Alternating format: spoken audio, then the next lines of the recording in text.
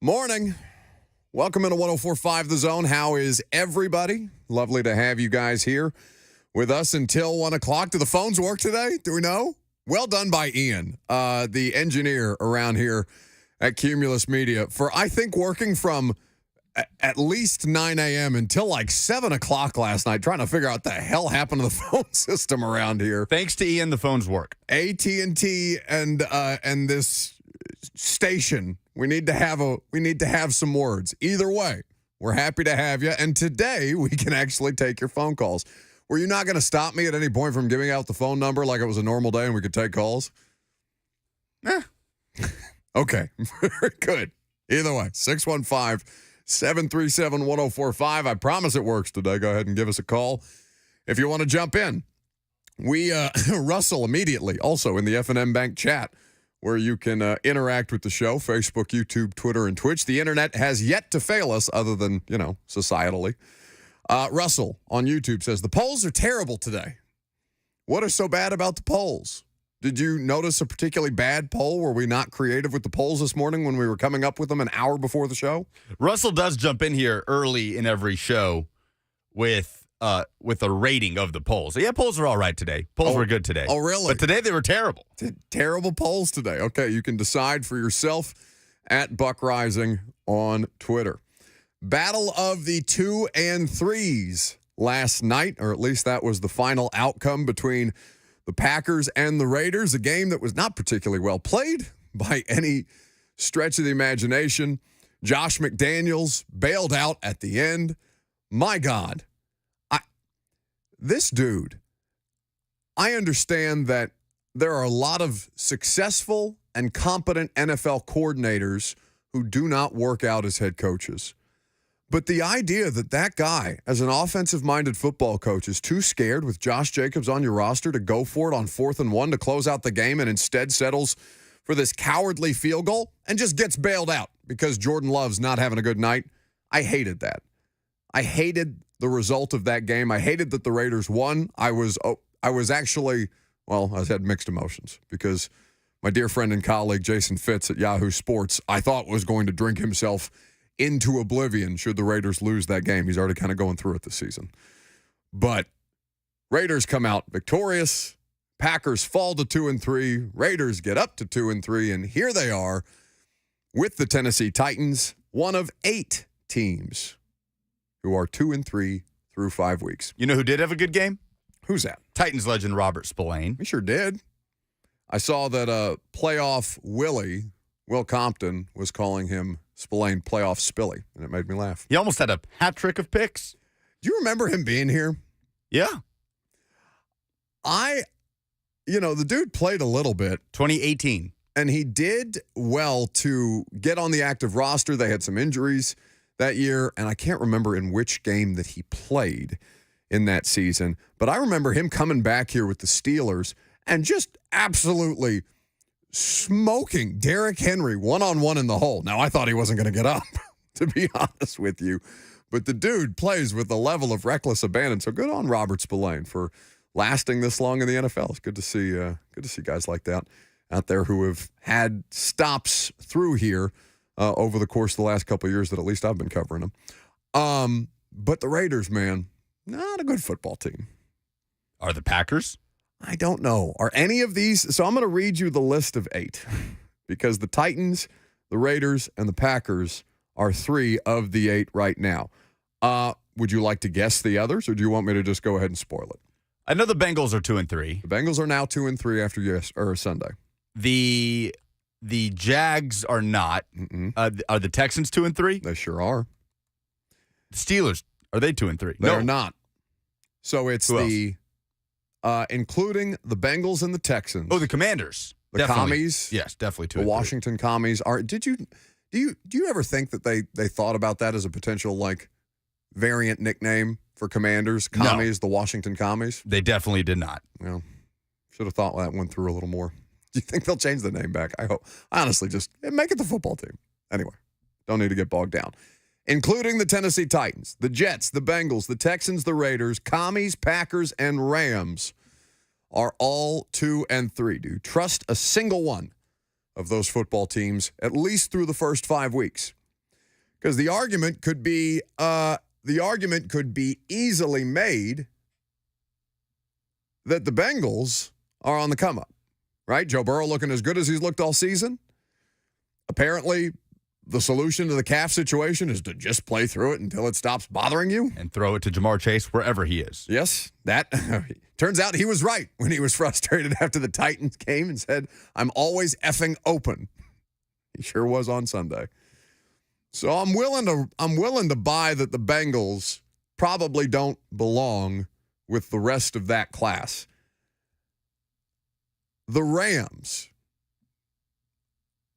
have been a better football team this year. They have had moments where at least Matt Stafford looks healthy this season. I know that was a part of the issue last year, is coming off some stuff after the Super Bowl run. But the Rams at 2-3, they're currently third in the AFC West. They lost to the Eagles, but everybody is right now. Eagles, one of the few undefeated football teams left in the sport. But one of two. 23-14 was the final score. They last beat the Indianapolis Colts in Indy in overtime because Matt Stafford had an absolute day against their secondary. Defense isn't bad, but I don't think it's necessarily good either. Cooper Kupp is back and had a big day on my fantasy football bench. I thought about it. I really did, and I didn't trust it. I didn't know if the Puka Nacua thing was a mirage. I didn't know if they could work together. It's being written about as a quote-unquote champagne problem. That's what that's a headline. They both had big days that McVay had coming out of the loss to the Eagles. But yes, they are both statistically producing, or at least Kupp in his first game back off injured reserve.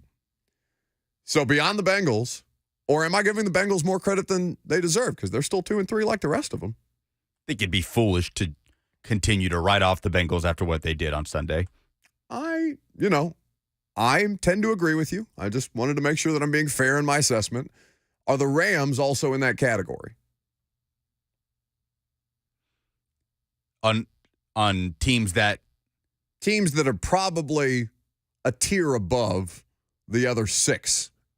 The other six, because I feel like Titans, Commanders, Jets, Texans, they're all kind of the same. Well, they're not the same team, but they are of the same tier, let's say. Well, what do those two have in common? Rams and Bengals. Above average quarterback play. Yeah. Some would say top tier quarterback play. Stafford depends on the day, but more often than not, above average quarterback play. I think that, do the Titans belong in that category? Are they any better than those teams? Are they any worse than those teams? Well, they haven't proven that to date, but it's worth talking about as we look for teams to kind of round the corner, or at least start to get their stuff together heading into the month, or getting further into the month of October and November, once the rubber starts to really hit the road, especially for teams that are just kind of in this hodgepodge divisional situation, especially in the AFC South, the way that Tennessee is. Sitting at the bottom on October the 10th is not an enviable place to exist, but it's not the end of your season, as some of you were talking about yesterday. 615-737-1045 is the number. Buffalo is in Hendersonville. Good morning.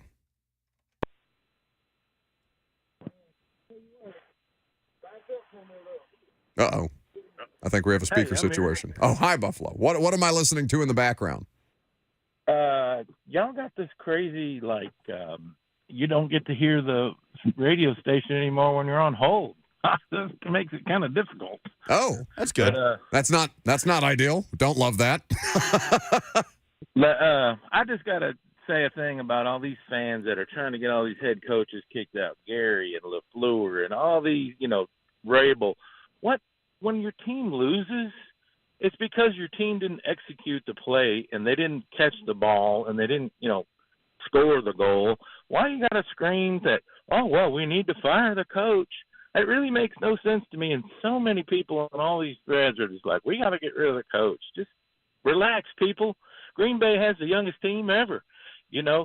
The Nashville SC, sure, they're in a losing streak, but they're in the playoffs. And, the Titans, they're giving it all they got. They're dropping balls. I mean, things happen. People just need to relax. Appreciate the call. The Packers are insanely young. Every time somebody catches a football, it feels like it's a rookie. Well, it's because it is. Jaden Reed, Luke Musgrave. They waited till Rodgers left to invest all of the draft picks into all the young skill position players. If they're not forcing it to Christian Watson, which Jordan Love did plenty of times last night, they're throwing to rookies. 3 interceptions.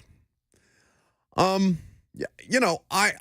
inclined to agree. I think LaFleur and Vrabel are kind of in a similar situation, ironically enough, where both teams are in a transitional phase. In fact, we'll talk about this. We'll see if we can't get a diagnosis from the good doctor, Kevin Dyson. He's going to join us coming up next, Titans legend and now the host of Titans Talk Back, sometimes with Lucas Panzica, sometimes with Brent Doherty.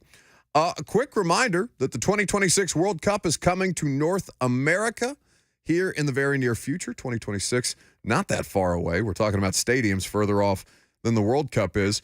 Geodis Park is going to host the U.S. men's national team as they take on Ghana on October 17th. Kickoff is set for 7:30 p.m. Tickets are still available, and if you want to get your tickets today, Lucas, the website that they are asking us to promote is not in the paper that I'm holding. USsoccer.com. Okay. USsoccer.com for tickets. First time ever the U.S. men's national team will come to Geodis Park. That's going to be cool. I would like to go. That's why I've got my U.S. men's national team hat on today. They were kind enough to send some. So make sure you get the opportunity to go at Geodis Park October 17th, right around the corner. They were hanging out with some Titans specialists yesterday. I saw Ryan Stonehouse and Morgan Cox. Brett Kern was out there. Yeah, Kern took the kids, the whole thing. Catching up with Matt Turner and Christian Pulisic and Weston McKinney and all those guys.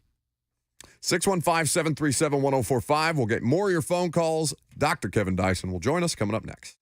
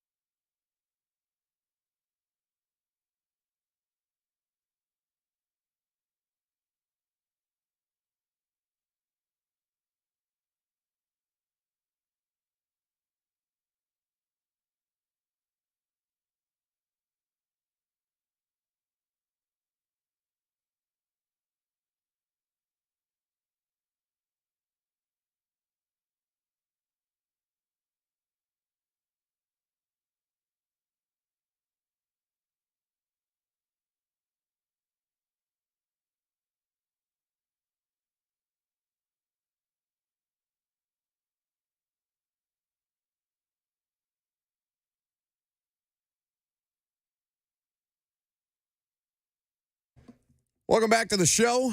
Mike Vrabel gave a press conference yesterday. We'll go over some of the biggest themes from that press conference with Dr. Kevin Dyson here in just a second.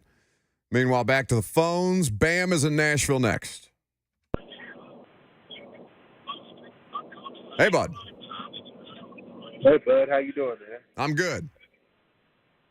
Why y'all stop playing the radio, man? We don't ever know what's going on, what you're saying in between time, then this, that, and the next. But it's all good, though. It's above my pay grade. I have no idea what's going on. Absolutely. So, man, look, here's my thing. I'm concerned about the season. I am concerned about it. But I'm also just kind of like, I still have a little bit of hope. Do you feel like, at this point, it's Tannehill's ability not to be able to really make the offense move? Or is the defense so blown up now, they're tired of carrying the load? Because I was there at that game Sunday. They were moving the sticks. I don't even know really what to say about Derek. It's just like, when are these guys going to get rid of him? Do we still have a chance to potentially even make the playoffs looking at the way we are right now? It's kind of like, yo, man, where are we at with this, man? It makes you frustrated as a fan, you know what I'm saying? Then I went up to this, when I was at the stadium, it was cold. They said that, you know, it was a marketing strategy, you know, wanting to keep the other team, like, I guess the Colts are used to it, but then they're like, they want people to buy hoodies and try to freeze out the other team. And I'm just like, bro, it's, being a Titans fan is beyond stressful, bro. Help, Buck, help. That's what we turn to you for. I appreciate the call. The roof thing is just, it's stupid. I don't know what they're doing with Jim Irsay. They had 2 home games where it's 80 degrees outside. They don't have the roof open, and then when it's 46 and slightly rainy, they decide to open the roof. Apparently, there was some kind of Colts blanket giveaway, which is why they were passing out, or why they kept the roof open for a period of time. Anyway, Tannehill missed some opportunities. Like, it's not just and we can talk about this with Kevin Dyson, who joins us now on 104.5 The Zone. Dice, good to have you on. We appreciate you making some time in your busy schedule for us. Just talking about some of the missed opportunities by the offense, because for some reason people have just accepted 16 points as acceptable when, they see movement between the 20s on offense, and they just come away saying, oh, yeah, the offense wasn't the problem today. Yeah, that was kind of perplexing. Don't get me wrong. I thought there was a lot more creativity. You saw some things be able to get Tajay involved and utilizing Derrick Henry in multiple ways and things of that nature. But ultimately, in the National Football League, if you only get 16 points, it's hard to win. I mean, just be real about it. And I think they got the pass, if you will, last week because of how much more dynamic, if you will, the offense was. But at the end of the day, you still got to be able to put up points on the board to win football games. Field goals not going to cut it. Now, Folk is looking like they're one of the best signings, free agent signings or trades or whatever that they did this offseason because he has been stellar, consistent, making everything. However, we'd like to see a little bit less of him. We'd like to see some points being aboard when you go back a few years ago when they led the league in red zone efficiency. Kevin Dyson here with us on 104.5 The Zone. You can hear him on Titans Talkback after every Titans game, sometimes with Lucas, sometimes with Brent Doherty, right here on 104.5 The Zone. It's not just that, like, Tannehill managed, Dyson, going back and looking at some of the plays just slightly outside the red zone where he's got a play action opportunity to hit Nick Westbrook-Akina because of the design where he kind of like looks, fakes, goes to hand it off to Derek, resets, and Hopkins breaking pulls the safety with him just to give him enough window to hit NWI, and he's just late with the ball. Like, it's not just that there's stuff. It's Ryan Tannehill was good enough, I guess, on Sunday, but he's not overwhelmingly helping them either, and I think that's a big issue with him. That's not a benchable offense yet, but it is something that I notice enough now. Well, there's definitely some missed opportunities. And again, without knowing what his reads are, if he's going high to low, low to high, depending on coverage. And for people, I mean, is he going to the vertical threat, to the one underneath? Mm-hmm. Which one is he reading first? And without knowing necessarily the scheme of everything, you still got to be able to make those throws. And he missed a few opportunities, but truth be told, up until last week, I think he hadn't really had a whole lot of time to even scale the defense and see where he wanted to go with the ball. He's been having people in his face, a lot of pressure coming up, especially through the middle of the defense. Even play action didn't seem to be that effective early in the game. Last week it was better, obviously. Again, I think it's a rhythmic thing. He's got to be able to make those throws, plant his feet a little bit. They're selling on him a little bit, but ultimately, when it comes down to it, it's that old saying: when you got a layup, you got to make it. And when you're missing layups, those things add up, and eventually, over time, those missed layups and opportunities equate to fewer points, and that's what we're seeing right now. Well, KD, some of those missed layups have come from drops as well, right? Whether it's Chigakonkwo, exactly. Traylon Burks earlier in the season. We were talking about it Sunday. Mike Keith said it on the Titans radio broadcast. Titans came into that game in Indy leading the league in drops. Another one from Chig on Sunday. So I'm just curious, which of the pass catchers are you really wanting to see more of? Is it Chig, who hasn't been consistent enough this year? Is it Burks, who hasn't been available enough this year? Who's the guy that, as you look at down the stretch here and after the bye week, you really want to see the Titans get some more out of? Well, I think Chig, the reason I say him, and I obviously want to see Jalen out there. The injuries of these 2 years have been concerning, obviously, and I feel for him. I've been there. But the reason I say Chig is I think he has a different kind of skill set. He has a skill set of what the NFL is progressing to is that smaller-ish tight end that can stretch your defense out, get vertical, good with run after catch. He's shown that ability last year especially. And how are you going to utilize those skills? He can run. He's able to create matchup problems, whether it be a safety or a linebacker. So I like to see how they engage him more in the offense. I think there's been a deliberate plan for, say, Spears to be in the game plan. And we saw, I think, the first couple drives is documented that he actually had more touches than Derrick Henry. And so there's been a deliberate plan to use his skills and put him in situations for him to be successful. But I think Chig is one of those guys that I think he can be a matchup problem for a lot of defenses, putting him in certain situations in space. And we saw some of that last year. We haven't seen a lot of it this year so far with him. But I think he's a guy I look to have maybe a more engaging role in the offense as things get going. They're going to have, I mean, again, you can probably pick a whole bunch of people. I was happy to see that D-Hop got a lot of opportunities this week. He had 11 targets last week, 8 catches. It was good to see him in the flow of the game. We've been probably pining for that since he got here. You finally saw him getting involved. So, there's only one ball to go around. But if you're talking about a guy that I think can be a difference maker just based on his ability and be able to be a matchup problem, I think Chig is that guy. I just think that tight end that can run like that just creates problems for defense. At KT Dyson 87 is where you can follow Kevin Dyson on Twitter and on Instagram. He's here with us now on 104.5 The Zone talking Titans after they dropped the 23-16 result to the Indianapolis Colts on Sunday. The Christian Fulton situation, I don't understand. I don't know how the player can go from being largely fundamentally sound, like he's not the best corner in the league, Dyson, prior to this season. But really the only question that I had about his competency is his physical durability.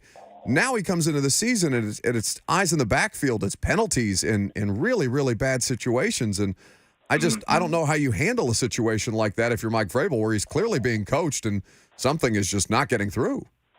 Yeah, and he's not making plays on the ball either. His confidence level might be shaking a little bit. I don't know if the health is affecting him. Sure. That could be part of it too. He's not quite all the way there, not quite all the way comfortable in his health. But there's definitely something missing from him from a playmaker standpoint. I think there's that give and take from a coach perspective, right? Like, you got a guy you're confident in, he's going to be in position, he's not going to make a whole lot of mistakes. But the other side of that is, yeah, he's maybe not making mistakes as far as knowing his assignment, being where he's supposed to be, but is he making plays? And right now he's kind of on the other side of it where he's not necessarily making plays. But what's behind him is there's a guy that you're not confident he's going to be where he's supposed to be. Is he going to miss coverage checks? Is he also not going to make plays? So there's that give and take of where you got to measure as a coach your positives versus your negatives, as opposed to should I keep this guy in who is struggling, and then I deal with whatever deficiencies or lack of a game that the guy behind him has compared to what I already know I have in Fulton. So, Christian, I think right now is just needs to probably make a couple plays, get his confidence levels up, and then he'll probably see that. But I don't know if he's even going to get that opportunity right now because the struggles have been so real. So, I mean, you would consider it, on the table for them to pull him out of the lineup? Because I asked Vrabel that question on Sunday night in the postgame interview, Kevin, and he didn't really hesitate. Yeah, we thought about it. Yeah, I say this: when you're not winning, everything's possible.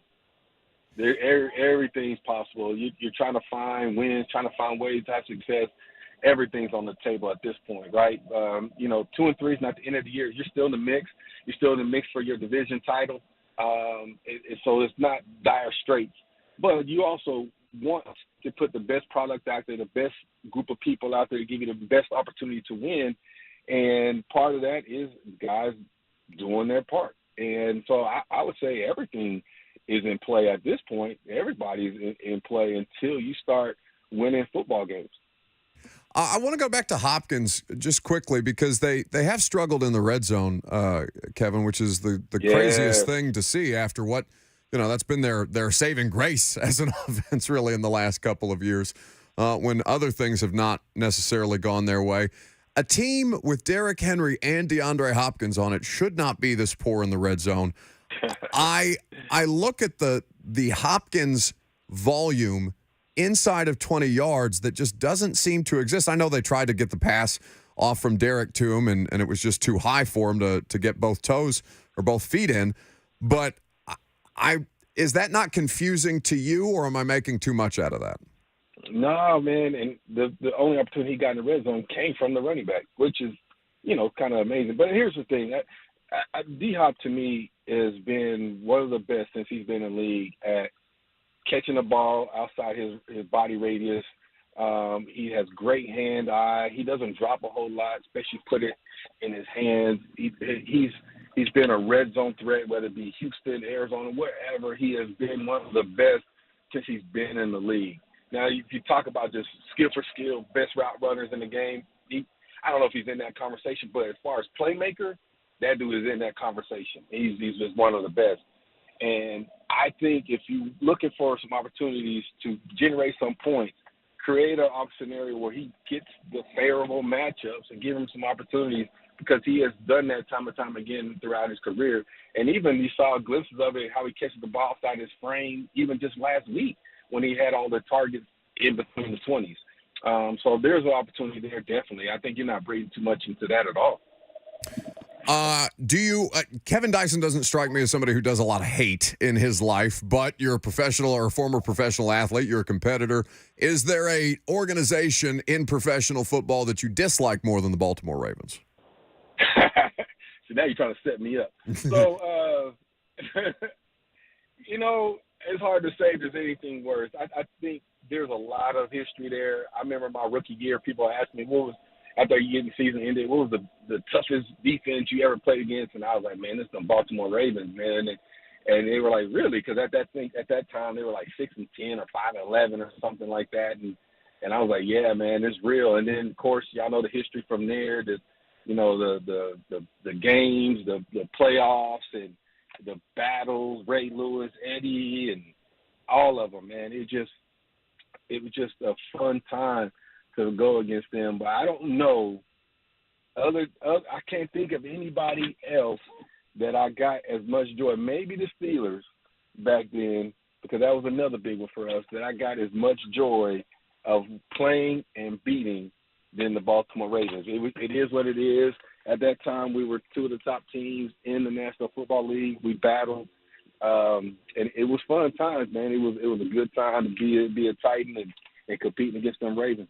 just an absolutely vicious division, the AFC Central. Like that. I mean, you say that it was fun, but like it didn't look very fun to be out there. I'll be honest with you. Hey, I'll tell you, I talked to Eddie about this and a couple other people, but you look at that division, whether it be Jamal Lewis, Eddie George, Jerome Bettis, and Corey Dillon, that was your running back. Everybody 245 plus and just banging. And, I'm a receiver, so what does that mean for me? Guess what? I'm blocking. I'm hitting safeties and linebackers. And, it just was a physical, aggressive division. And then you add Jacksonville to the mix, who had Freddie Taylor, who was a little bit of everything. He was speed and power. So it was a crazy division, crazy time. It was fun. It's a little different. I think Derrick Henry would have fit right into that era of time, just how he plays. But it definitely was a banger division, man. At KT Dyson 87. That's where you follow Kevin Dyson on Twitter, on Instagram. You can, of course, hear him on Titans Talkback, recapping every Titans regular season game. My man, I appreciate you stopping by, and thanks for the time as always. Absolutely, y'all, man. Take care. That's Kevin Dyson with us on 104.5 The Zone. How many red zone targets do you think DeAndre Hopkins has this season? We did this yesterday. All season, not Sunday. Oh. The season. In 5 games, I bet he has 3. This is according to fantasypros.com that charts these things. According to fantasypros.com, he has 2, 1 catch for 7 yards.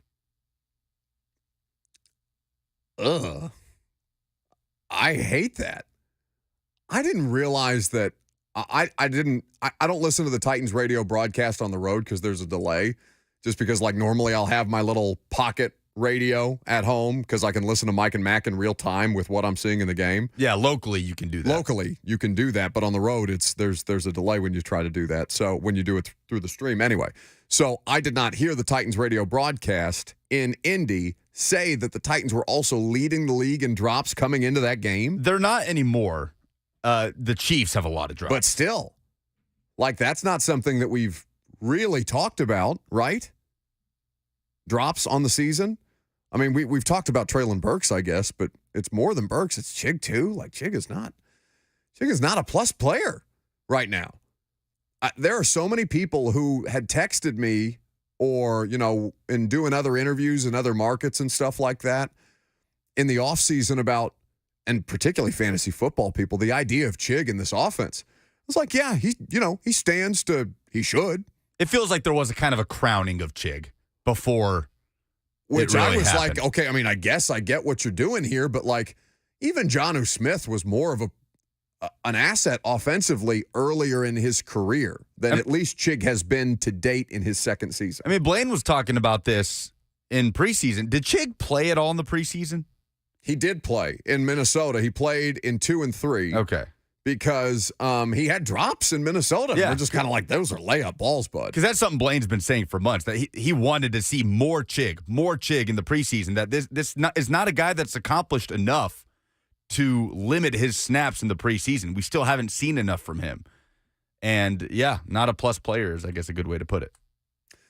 What in sports made you say, oh, no? We've both got good ones. I'm sure you guys have some nominees as well. Perhaps they have something to do with your favorite football team. 615-737-1045 is the number. That's coming up next.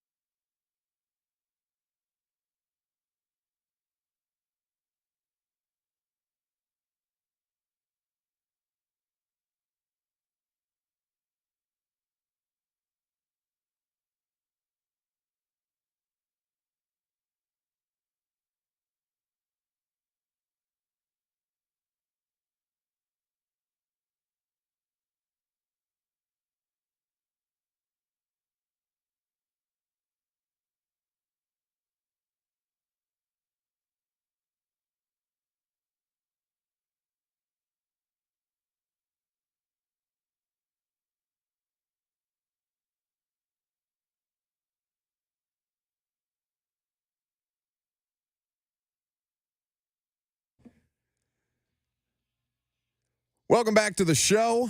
Do some Heisman Watch stuff later. Emily Proud of CBS Sports going to join us in studio. Be good to see Em. Too long between visits. She's doing a lot of big things with our buddy Josh Pate. Meanwhile, though, we just had our engineer extraordinaire Ian Cushman back there. Apparently, he is a suffering Pats fan, which means that there is no better time for us to say what made us say, oh no, this weekend in sports. Oh no! Oh no! Oh no! Oh no! Oh no! Oh, no. Oh yeah! The Patriots are mine, bud. 34-0. How the hell does that happen against a team that hadn't scored 20 points all year in the New Orleans Saints? They were one of 3 going into week 5 that had languished on offense. We know that Carr had missed some time, so there were reasons for that, but Dennis Allen and them boys were under some scrutiny. What do you got to do if you're under some scrutiny as an offense? Apparently, all you got to do is play the New England Patriots. Man. What is happening? They follow up the worst defeat of Bill Belichick's, the worst margin of defeat of Bill Belichick's career, 35 points, by losing 34-0, which honestly has to feel worse. It's got to feel worse to follow up that performance with that and get shut out. He's done. Second straight game where Mac Jones is pulled. We were talking about this in the press box, and I can't remember if it was Kaharski or Rexroad next to me that said, well, whoever hires him next is going to, this, that, and the other thing. I was like, you think he's going to take another job? Belichick? Yeah. He's how old? I mean, he's got to be in his 70s. Bill Belichick is 71. 71. I mean. About the same age as Nick Saban. What else is he going to do? But, you can't, I don't know. You can't have any great confidence. You got to be a really, really bad optically organization to want to hire Bill Belichick right now, because you'd be doing it more for PR than anything else. You can't move forward as the Patriots with Belichick as your GM and head coach. Well, that's the thing. I think there was a really good article this morning on CBS Sports, because I was just trying to, catch up and see if there's anything that I've missed or what the discussion around Belichick has been lately. And there's a really good column by Tyler Sullivan on CBS Sports this morning. Bill Belichick, the general manager, might have cost the coach his job with the decisions that they have made in drafting over the years. The idea that you let Jacoby Myers, who is by any stretch of the imagination at least a really, really good number 2 wide receiver, that you let him walk for the same money that you gave Juju Smith-Schuster, who, according to Albert Breer, before the season started, his knee is a ticking time bomb? Like, what?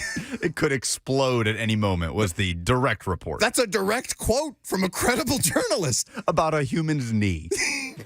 That it Never could seen that. explode at any point. I've never seen that, ever. Bill Belichick, the coach, is losing his job because the general manager, Bill Belichick, has cost him the job. And what's crazy, after the Jets game where they won 15-10 at MetLife Stadium, that was the game that preceded the blowout loss to the Cowboys. So you went into the Cowboys game with the stat that if Bill Belichick wins another game, his next win makes him the 3rd head coach in NFL history to have 300 or more regular season wins, joining the likes of Don Shula, an elite tier, right? And obviously Bill Belichick's a shoe-in Hall of Famer. We know this. Yes. But it's just interesting to think about their next win. Let's say they go to Vegas on Sunday and eke out a victory over the Raiders and Josh McDaniels, and that's his 300th win, and we're celebrating it. But are they celebrating it in New England? Hell no. I mean, it's such an interesting conundrum right now up there. There were talk show hosts firing him in week 2 up there. That fan base, that media market, dealing with this. Can't imagine. Slop. Dan Orlovsky of NFL Live, it's a great show where they break down the film in a really easy-to-digest format. Dan tweeted this yesterday, 18 hours ago. The Patriots' all-22 tape is horrific. It is impossible to play quarterback. Oh no. I'm saying. Tough scene in Foxborough. My oh no of the weekend is going to be right here in Nashville, the birthplace of Bill Belichick. And this is no disrespect to Vanderbilt punter Matthew Hayball, who is a stud. I felt so bad. Matthew Hayball is a stud, but you're losing to Florida on the road. And to credit Vanderbilt, they fought in that game.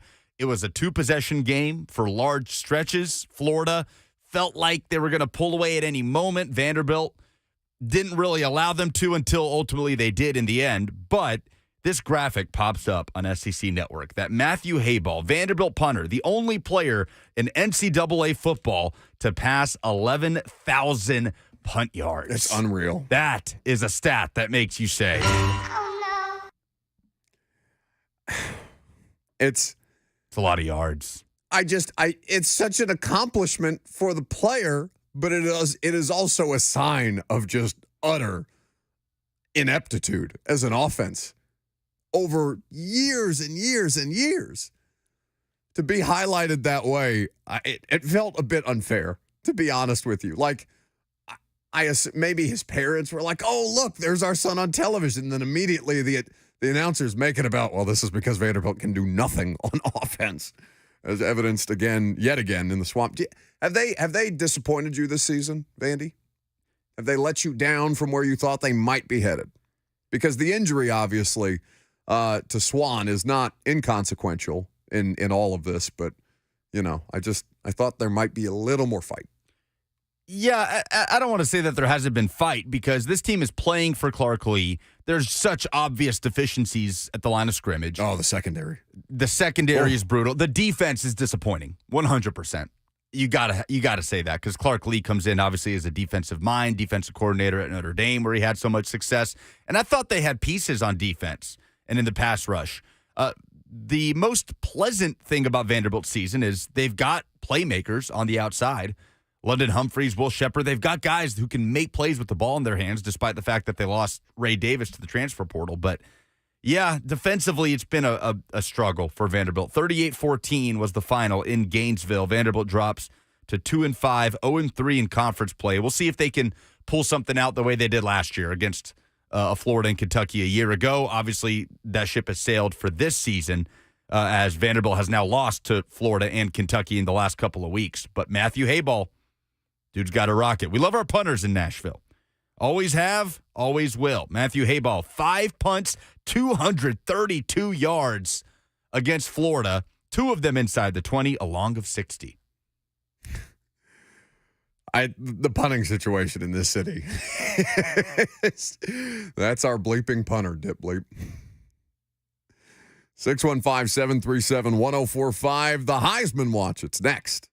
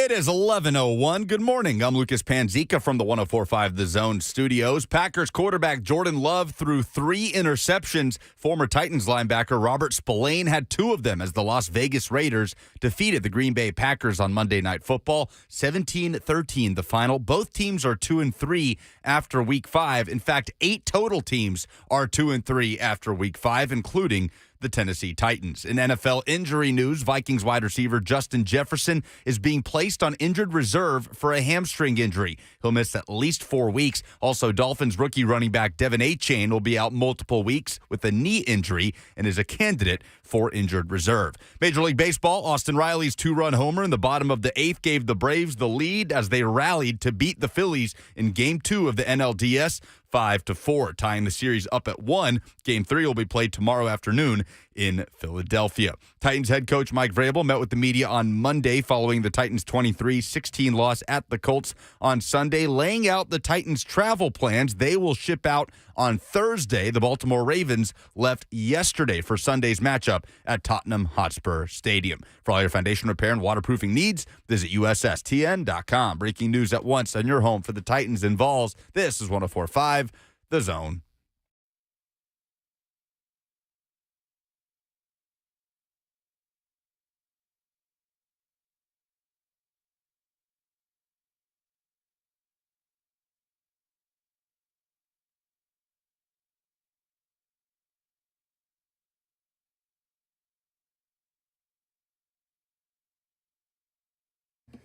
Good morning. Welcome into 104.5 The Zone. We're happy to have you. Good afternoon, almost. Either way. You've been sticking around with us for the first hour. Thanks for doing so on FM radio, Facebook, YouTube, Twitter, Twitch, the 104.5 The Zone app, wherever you're listening to us. A lot of you have been listening as of late. You've been listening for a long time, a lot of you. But based on the recent stuff that we have seen, you guys are as supportive or as in need of therapy as ever on Sports Talk Radio. So we're happy to have you, and we're grateful for your support. All 4 shows throughout the course of the day. 615-737-1045. That's the number. As I said, you have access to the live stream chat if you so choose. Emily Proud will be here to give us her college football insights and analysis, doing some cool stuff covering Megan Rapinoe's last game, Lucas, you said, over the weekend. In women's soccer. Very cool experience for her. She played college soccer at Belmont, so I'm sure that she really enjoyed that. Look forward to hearing from her on it in just about 15 minutes.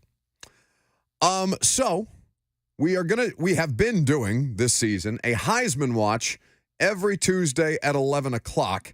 Right now, as things stand in the world of college football, Tennessee with the week off on the bye, next hosting Texas A&M. Do we feel that anything has consequentially changed from Caleb Williams being the favorite on down through Quinn Ewers, who we will talk about? We have not discussed the Red River rivalry yet. And, of course, Michael Penix of Washington, who is one of the most and has been one of the most prolific quarterbacks in college football for the past 2 years now. Let's go ahead and discuss the Red River rivalry because Dylan Gabriel, welcome to the Heisman discussion. Mm-hmm. Oklahoma, welcome to the national championship discussion. You were traveling, so I don't know how much of this game you got to catch. Early kick. Waited because I waited until the end of the Texas-Oklahoma game because it's Indy, so it's a drive, and I could, leave when I wanted. Yeah. So I waited until the game was over before I got in the car. I didn't want it to end.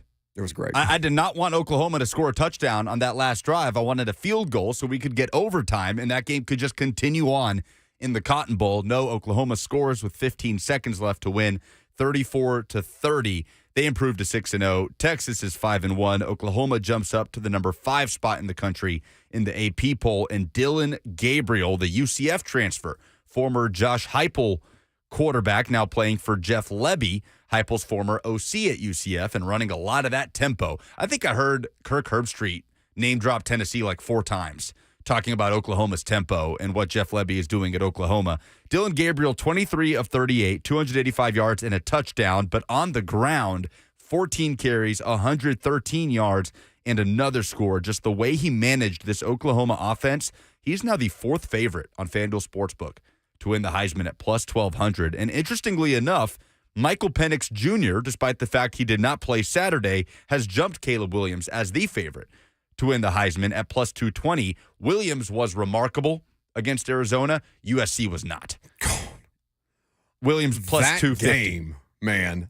So you're right. I did miss the afternoon, early evening slate, but I was home in time to watch Miami, who we will talk about tomorrow. Oof.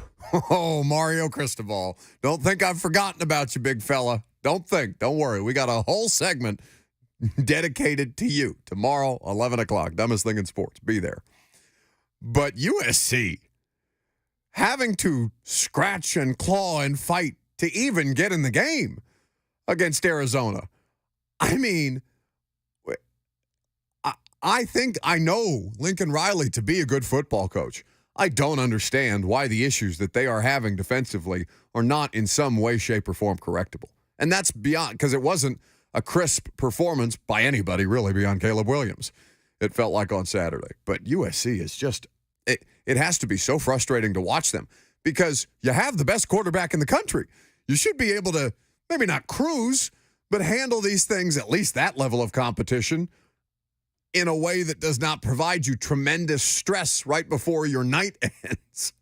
They are vulnerable at any given point, and because Caleb Williams is so above and beyond special, he can bail them out of things. It's kind of like Bryce Young in Alabama last year, it feels like, except this is a much more extreme situation. Oh, it's brutal. And Lincoln Riley doesn't owe us anything, but it's starting to feel like Caleb Williams is going to be, I'm not going to say a waste of talent. He's going to go to the NFL, make a lot of money, and be fun to watch for a lot of years. But I don't think we're ever going to get to see that guy in the college football playoff.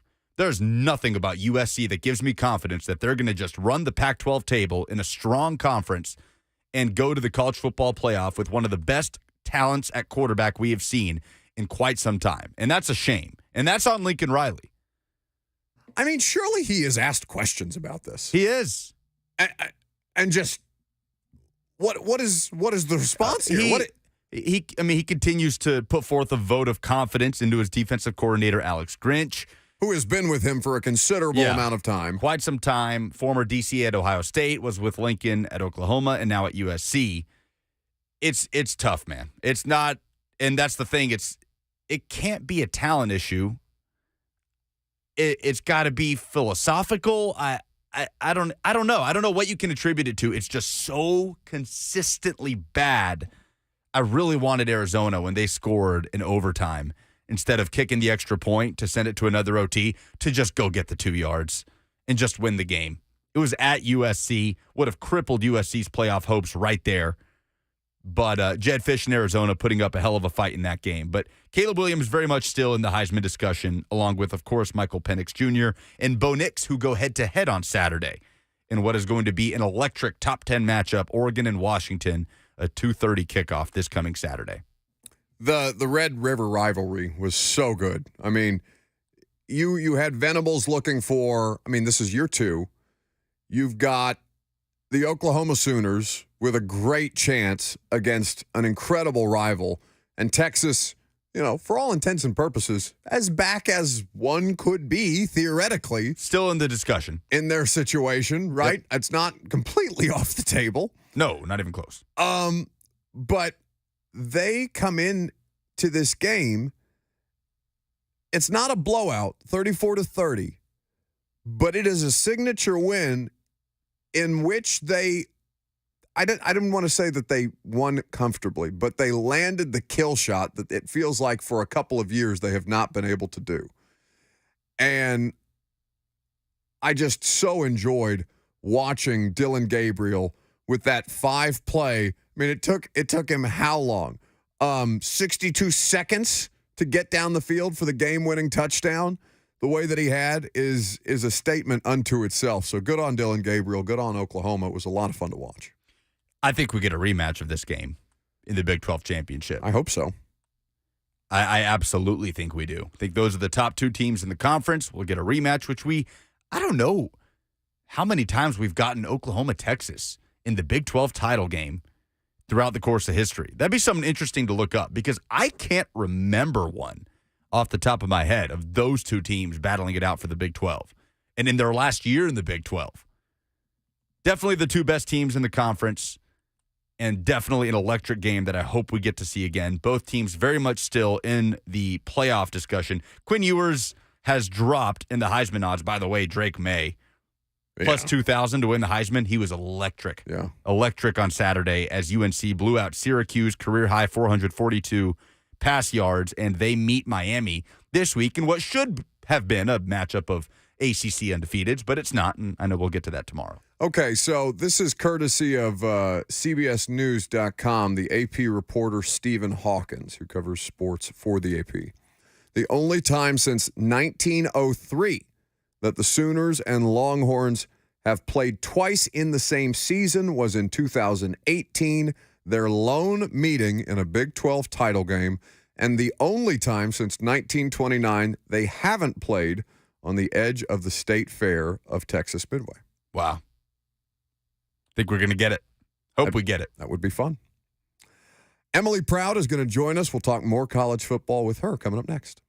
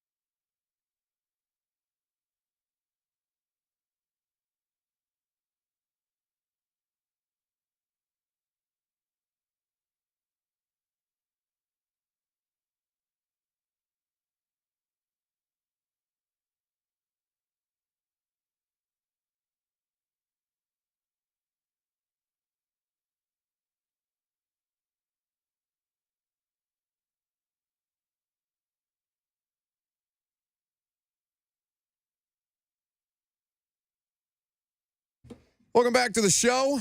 We got Emily Proud of CBS Sports, CBS Sports HQ, CBSSports.com, hanging out here with us. A sideline near you, be it American football or actual football.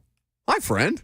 Hi. Long time no see. I know. I'm surprised you invited me back. What do you mean? Well, my last time you made me do picks, which I'm notoriously horrible at. I didn't make you and do I think anything. I went It's over him. that He's trying to weekend. get this. He's trying to get this college picks segment off the ground perpetually. You need better guests for that than me. It was the weekend. Tennessee played Georgia, and so I couldn't not pick Tennessee. I think that's when LSU upset Alabama. Mm-hmm. Unranked Notre Dame that was trending down decided to beat a top 5 Clemson. So I'll give myself the benefit of the doubt, but thank you for inviting me back. Well, I did not give either of you a heads up about this, but No, we won't do that. Is that the picks music? that's the picks Oh, music. jeez. We can't afford any other music. That's our rights-free It's the rights-free music. game show. Although, I feel less bad about not being able to afford like actual good music for the stuff that we do on a regular basis when I'm watching Jimmy. I haven't watched late night television in God knows how long. I was watching Jimmy Kimmel last Been night. off for a while. Interview. Strike. Well, fair enough, but I'm talking about. I can't tell you the last time that I stuck through the local news to late night television on linear television in my evening. Like, it's been a long time. And Jimmy Kimmel was interviewing Amy Poehler about the TikToks that she's doing now, but they put the video up there and they can't use the music on ABC. So it's just it's a soundless Amy Poehler and Maya Rudolph dancing to a TikTok song that none of us can hear. So I feel less bad about those things. Yeah, but that's a very high level. If they're having trouble, you're good. Well, speaking of high-level things, we welcome in Emily Proud, who brings us competency on a regular basis, especially when it comes to the world of college football. You've been all over the place. What has been the most compelling storyline nationwide to follow? Because Deion has faded from the public consciousness, so I feel like there is a void that has yet to be filled, really. I think there's so many storylines. I mean, that one was fun for so many different reasons, just because they were a lot better than we thought they were going to be. Obviously, the smack talk between coaches coming in and facing Deion, and then Deion himself as a personality, and just Colorado, being relevant, which it feels like it's one of those teams that's similar to Tennessee and Nebraska, just trying to get back to the 90s. So that was kind of fun. But man, I don't know who's going to the college football playoff. I don't know who's winning the national championship. I feel a little bit better about Georgia repeating again, but until last weekend, that was a big question mark. And then what's going on with Alabama? I mean, there's so many threads to pull on this year. It's been a lot of fun. So, yeah, it makes it more compelling, I would have Yeah. to think. Is this as interested as you've been in a college football season? I know we'll get to Tennessee, your Vols here in just a second, because I don't know what your experience has been, but I'm sure it speaks for many out there, and so we'll have Emily speak on behalf of you all here in just a second. But it has made it such a compelling college football season for me because there are no guarantees this year. Lucas brought up the idea that the best quarterback in college football may not make a college football playoff appearance because USC, again, is just a house of horrors anytime they get into close games, even though their quarterback is so above and beyond special that they should not be playing as close to the vest as they have been. And it seems like stuff like that is all over the place this year. Yeah, without Caleb Williams, this is a 7-5 team based on the defense. I mean, they've given up over 40 points the last 2 weeks. They're messing around with Arizona in my bedtime by just continuing to play with their food. It was a similar thing with Arizona State a few weeks ago, obviously letting Colorado back into it. So, yeah, it's weird because, you want him to be the Heisman favorite just because of the way he plays football, but then you look at the actual award itself, and it is the most valuable player, and you take that guy off of USC, and especially in the Pac-12 this year, this team is not where it is. I think that's the reason for the high ranking that they have is, yes, the fact that they are USC, but the fact that they have one of the best quarterbacks. And so, yeah, it's kind of this back and forth that I keep having in my head of, okay, he is the most valuable player because if you take him off, they're not as good as they are. But also the Heisman is an award that typically is won by a team who's relevant at the end of the season. And based on the way USC's been playing the last few weeks, I don't know if they're going to get there. Does Washington have a better chance at relevancy than USC this year? Based on the way that they've been playing. I mean, they've got the toughest game this weekend hosting Oregon, but Bo Nix hasn't been great on the road, and so I feel pretty good about Washington. They also have a Heisman contender themselves. No, wait, you just told me you're bad at picks and you're making picks. I'm not making a That pick. was a I said pick. I felt good. That's a About borderline Washington. pick. Do we have a ruling back there? Is that a pick So or that not a pretty pick? much guarantees Oregon's winning, right? It's a pick. That's a pick. Oregon winners Saturday. Yeah. Race to your sports book. Continue your analysis. I'm oh sorry. gosh, no. That was pretty much the end of the analysis. I mean, the Pac-12 it's got a lot of competitors this year, and it could be the year that we finally see a Pac-12 team in the college football playoff before it expands to 12 teams. Which I don't know if we're going to see a Pac-12 team ever in the playoffs, because I don't know if we're going to see a Pac-12 ever again. Yep.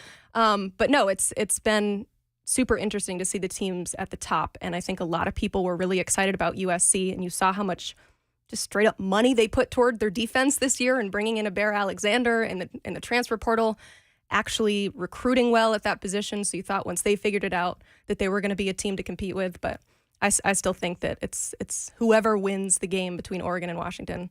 That's the team at the top of the pack. Emily Proud of CBS Sports, CBS Sports HQ, CBSSports.com, hanging out here with us talking college football on 104.5 The Zone. So who do you find that you trust the most at this point in the season as a team? The team that you have the most faith in that they're not going to waver. Did Georgia kind of take that back with their blowout win over Kentucky? Oh, Kentucky. I wanted so much more for you. I told you that was going to happen. I didn't know Georgia was going to score 50. You didn't tell me that was going to Kentucky's happen. trying to be Georgia without the players. And you Exactly. heard Mark Stoops come out this week and say, we don't have the players. Give us some money so we can buy some of those He players. straight up said Georgia bought some pretty good ones. Which I have absolutely no trouble love it. with that whatsoever, because some of the players that have been playing at Georgia are incredibly valuable, as evident by where they've gone in the draft. They're just as valuable when they're in college. They just weren't getting the payday until NIL became a thing. And so I have no trouble with that. But yeah, I would probably lean Georgia. I needed to see them not play with their food. I needed to see them just dominate a team. And then you look at the rest of the schedule and you still feel pretty safe about Georgia being there at the end of the season again. Is Tennessee still the greatest threat to Georgia in the SEC East, given that Kentucky just got dog-walked? Based on the schedule, yes. But I will lean yes more so because they have to play Tennessee at Neyland, which has been a house of horrors for a lot of teams coming in. 12 straight, Lucas? Right? For Tennessee at home. They've won 12 straight games at home. I mean, they're going on this I don't crazy even streak. know. Yeah, I'm pretty sure it's 12. So they're going for 13 this weekend. And they've been fantastic at home. And it's been a tough place to play. And so I will say for that reason, if it were a neutral site game or if it were in Athens, I would have more trouble saying Tennessee. But I think Tennessee with the backing of Neyland Stadium is probably the toughest competitor to Georgia in the East. So does that make their last home loss Georgia, 2021? I think so. That's crazy. That has not even great on crossed the my road, mind. but No. at home they've been fantastic. With that being said, your preseason expectations for the Vols were what? About where they are right now. Okay. So, honestly, I'd say like 9 wins is where I was feeling. which is what I said I felt like this year. Lucas, I think you went with 8 based on the remaining schedule and how they've looked thus far. That should be the expectation. Yes. That- At least 8-4. Now, that's a lot more grounded than I think many of your compatriots were I coming did not into this season. anticipate the SEC East being as strong as it is this year. The fact that Kentucky went into this past game undefeated, Mizzou went into this past weekend Mizzou was the undefeated. surprise for sure. South Carolina, I thought that they were taking a step forward. That has not necessarily been the case. Florida, I didn't have high expectations for them, but anytime Tennessee plays in Gainesville, it doesn't matter what Florida is fielding on the other side of the ball. It's just going to be difficult for them. So the East in general has surprised me a little bit this year. The Joe Milton thing, Adam Sparks has articulated it to our audience as well as anybody has. Just you're playing percentages on him, and that don't overestimate his on-field production based on his traits and ability. Kind of stick with what your eyes tell you about Joe Milton. And thus far, the results have been that. Is there anything about Tennessee, like what do you know about them that maybe you didn't know before the bye? Or has anything about your expectation for them changed, be it a position group, be it coaching staff? They had some turnover, obviously, with the offensive coordinator situation. Has your opinion, anything about them changed since the start of the season? I think their defensive line is a lot better than I expected them to be. I mean, they get after the quarterback, which is really important based on just how many snaps their defense plays and the questions that you have in the secondary. I mean, if you're getting to the quarterback before they're able to throw, that helps out your secondary quite a bit. I thought I would see more from Joe Milton at this point, just based on how he played in the Orange Bowl. I thought it really clicked for him. I have yet to see that game where it feels like it really clicks. I mean, even with the Virginia game, I would say that they won the game based on running the football, and that's been another bright spot for them too. I mean, they've done so well with that, and it's kind of one of those situations where if it ain't broke, don't fix it. It's clearly working for them, but I still have yet to see Joe Milton win them a game with his arm. And I thought, what are we, 7 weeks? About to be 7 weeks into the season? That we would see at least one of those games by now, and I just haven't seen it yet. Texas A&M doesn't feel like it's going to be that game based on the way that their defense looks. They can get after the quarterback. Yeah. They have some holes in the secondary, though, if he's able to, get the ball out quickly, and it certainly helped having their center back, for Tennessee to get some protection and to give Joe Milton some time. Losing Brew McCoy certainly does not help in that department, but yeah, it's going to be a tough challenge against that defensive front. Yeah, how concerned are you about Tennessee's ability or lack thereof to run the ball, to be able to set up any way to attack that secondary? Because that's where A&M's just been dominant. Yeah, pretty concerned. I mean, you saw the numbers against Alabama, and that should be their bread and butter. But Alabama's offensive line has been not ideal to start the season, despite the amount of 5 stars that they have across that front. They just haven't quite figured it out. But when you get 6 sacks and less than 50 yards rushing, I mean, that's what Tennessee wants to do, is they want to have the run set up their play action game. And so I do worry about that a little bit. But I think that based on what we've seen from Tennessee lately, that I think that that's going to be the most interesting matchup, certainly. But they've got to be able to establish that run game. That's huge to what they want to do on offense. Emily Proud, CBS Sports, hanging out here with us in studio, talking some college football. What is the storyline across the world of that sport that we're not talking enough about? Not talking enough about? Something you feel like you haven't gotten to? You're on streaming and television every time I see you. Yeah, I talk a lot. So, no. It's weird, but the first thing that popped in my head is Michigan. Okay. And I wonder if it's just because they're not. No, I don't wonder. I know it's because they haven't played in any big games necessarily, the games that everybody's talking about. Their games have been super sleepy. They haven't, they didn't cover for the first 4 games of the season, which I know that's to go back to betting. Great teams cover, and they just have been winning in an easy way almost, and not playing a bunch of downs and just making it simple. But they are going to be right back in it at the end of the season. I mean, they're going to be playing Ohio State. I'm already leaning Michigan in that game just based on what I've seen from both of those teams. And then they're going to go to the college football playoff, and I know they're pissed off from last season, and so you could see a very kind of silent, meticulous Michigan team at the end of the season, just ready to wreak havoc. And we just haven't talked a whole lot about them. Ohio State, although that they haven't been awesome, they've now really turned it up. But at least they had some sort of quarterback battle to keep us interested at the beginning of the season. Michigan, it's just been kind of more of the same. You've got your great running backs back. You've got J.J. McCarthy back. They haven't played anybody of significance yet. And so they've just been really sleepy. But they're going to be back in that conversation. We haven't even been talking about J.J. McCarthy for Heisman, and he should be in the conversation for that, but he has no Heisman moments because he hasn't had to come back and win a football game because it's been out of reach for so long. How much does Texas losing this weekend help him?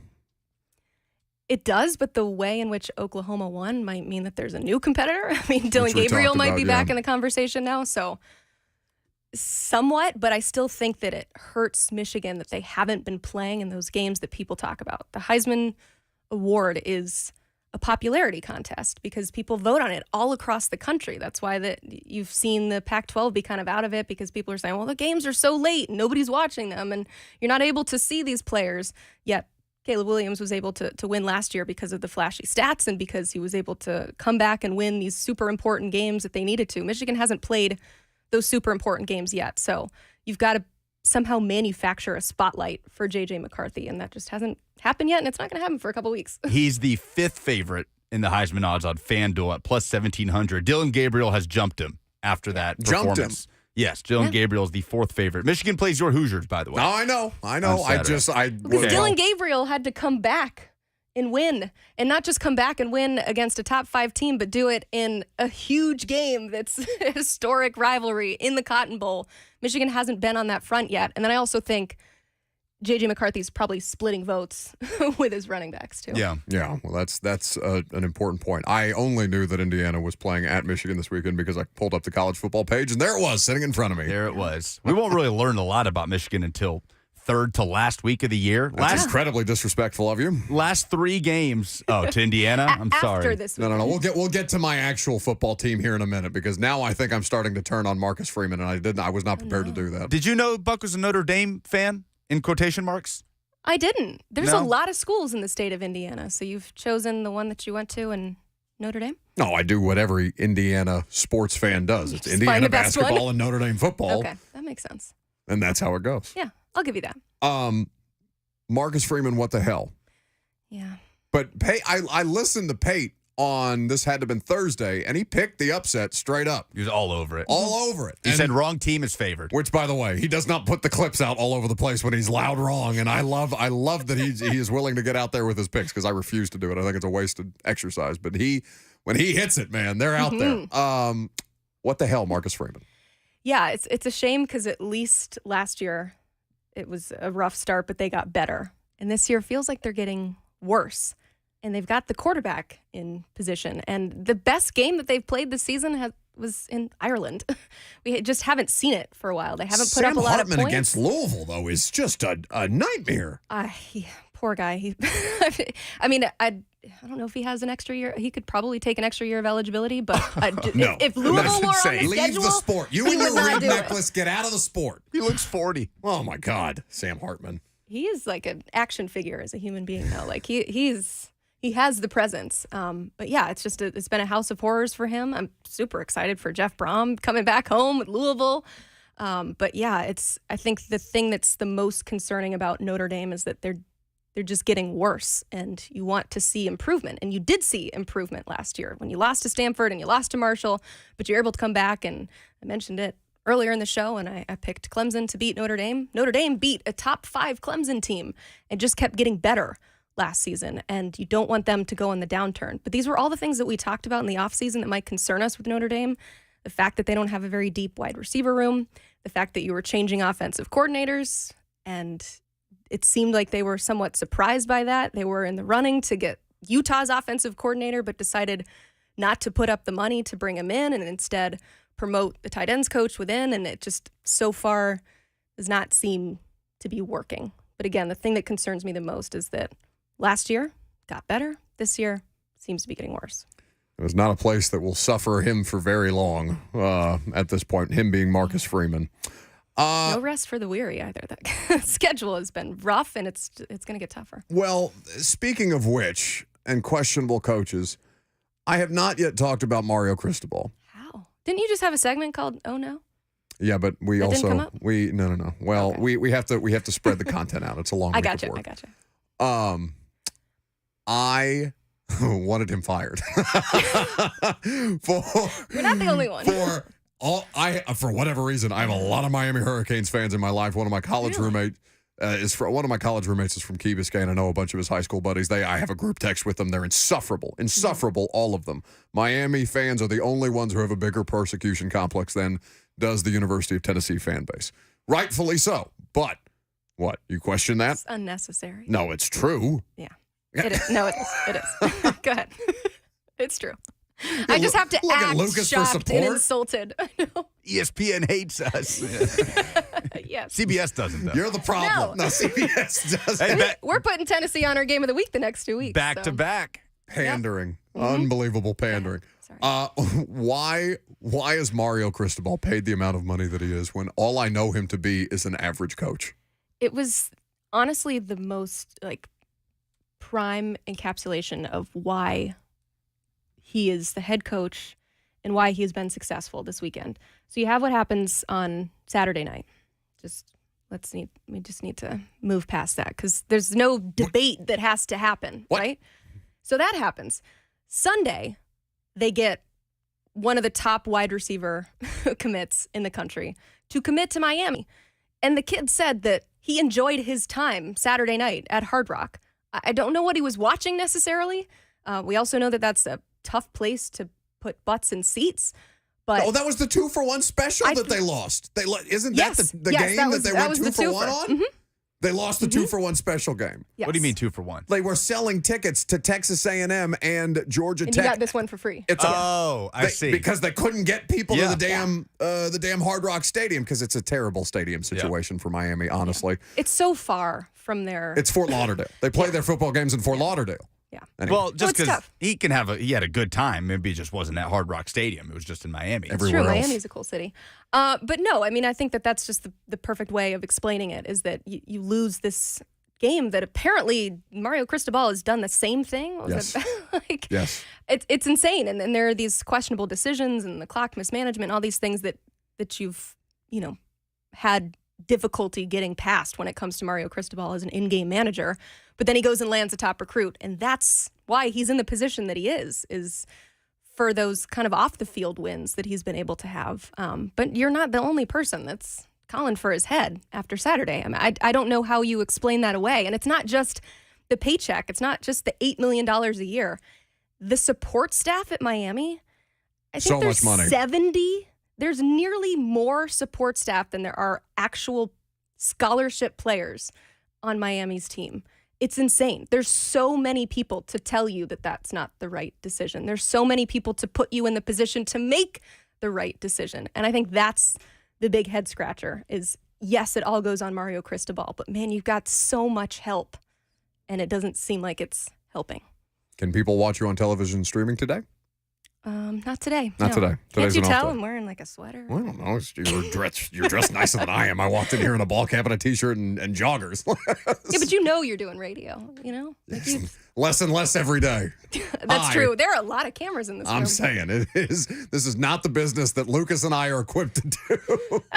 You guys are fantastic at it. CBS Sports, CBS Sports HQ, CBSSports.com for all the great content, college football-wise and soccer-wise, that Emily Proud is producing. It's always good to see you. Thanks for having me. Our Tennessee high school football hero, East Robertson running back Isaiah Groves, is next.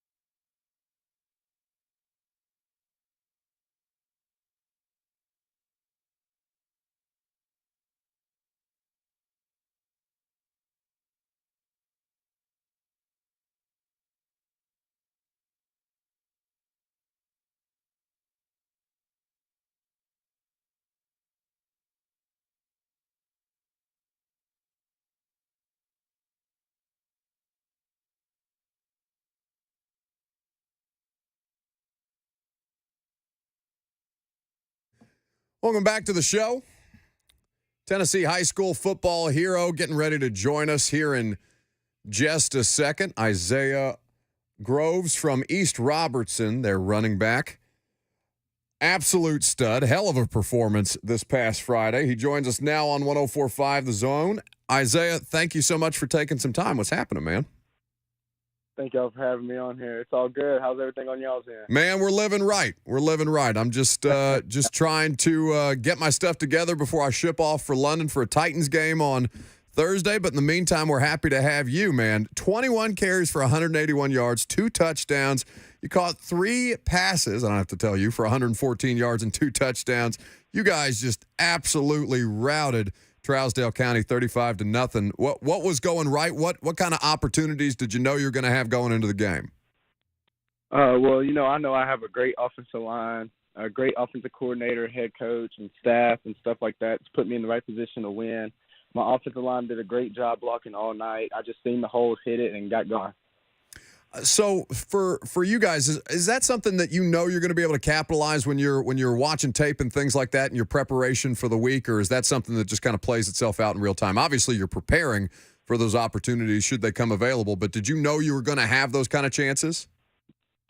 I mean, seeing as last year we also had a Mr. Football candidate, Zach Prince, and seeing the way he ran the ball.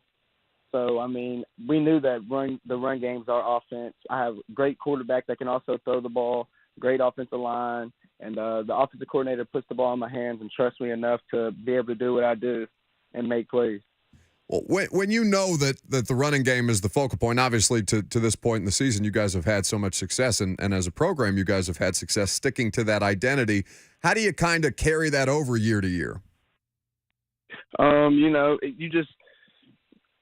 Coach Brooks does a great job inserting, wanting to be physical, guys want to hit somebody in the mouth and get a good push up front. And so that's just something that carry on from year to year to year. Isaiah Groves, running back from East Robertson High School, is our guest here on 104.5 The Zone. Isaiah, you're obviously a Kentucky commit, going to go play for Mark Stoops and the Wildcats after this year. I'm always curious for guys that have that decision kind of in the bank in this critical time of year. How beneficial is that to know what your college football future is going to be and kind of allow you to focus up in this last 2-game stretch and to close out this regular season strong and head for the playoffs? Well, actually, my older brother, Elijah Groves, is the one that's committed to Kentucky. My door is completely open. Options are completely open.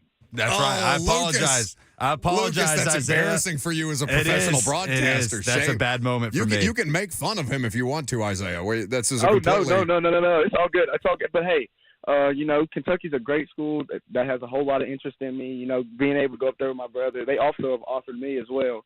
Them, Missouri, South Carolina, schools like that, they're starting to really stand out like that, doing an amazing job recruiting me. You had an unofficial visit to Tennessee, though, correct? That's correct. And did you enjoy that? What was your experience like? The experience up there is amazing, and it's Tennessee. Who wouldn't want to be in a great state? So, Coach Heupel does a really good job up there. So we're just going to continue to see where they take me. So how much is Elijah trying to push you to Big Blue Nation? Or is he kind of letting you sort of go through that process on your own?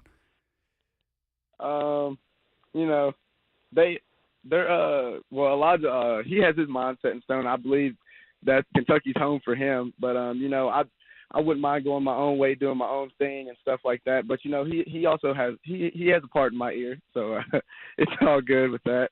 Well, probably not that much after this past weekend. Goodness. That's a tough result for the Wildcats against Georgia. Isaiah Groves here with us on 104.5 The Zone. Are we getting you out of class or are we taking up your lunchtime here? Oh, we're actually on fall break. Oh, well, even bye week. Even worse, we need to leave this man alone and let him enjoy his afternoon. Isaiah Groves, East Robertson running back, kind enough to spend some time here with us on 104.5 The Zone. Continued health and success, man. We appreciate you stopping by. Thank y'all. It's Isaiah Groves with us.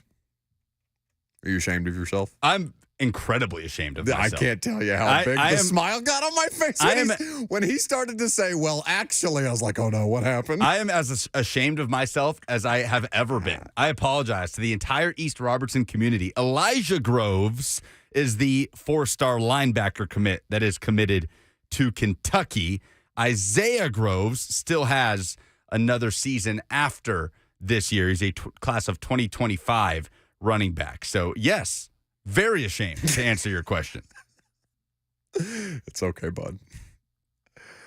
Titans travel logistics. I brought up London. We're getting ready to ship out Thursday, the morning show and myself. Apparently, the team is too. Do you take any issues with their logistical plans, given that the Ravens are already there? We'll talk about that coming up next.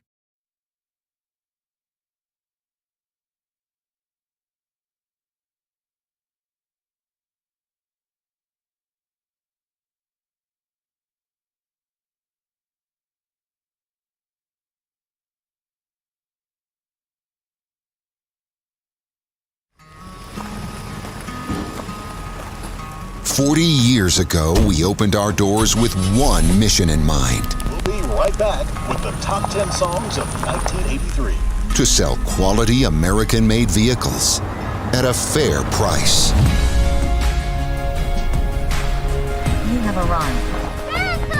And we've loved every minute of the ride. Celebrating 40 years of Two Rivers Ford.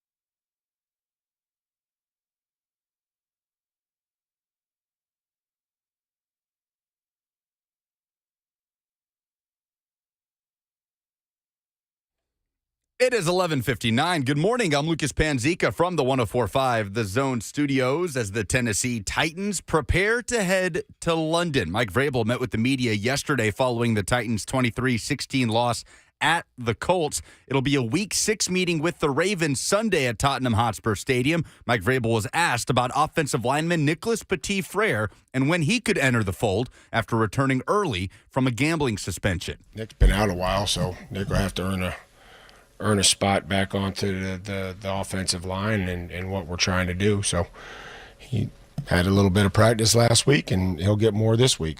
Tonight, the Nashville Predators' 2023-24 season kicks off at the Tampa Bay Lightning as the Andrew Brunette era gets underway. The puck drops at 4:30. For all your foundation repair and waterproofing needs, visit USSTN.com. Breaking news at once on your home for the Titans and Vols. This is 104.5 The Zone.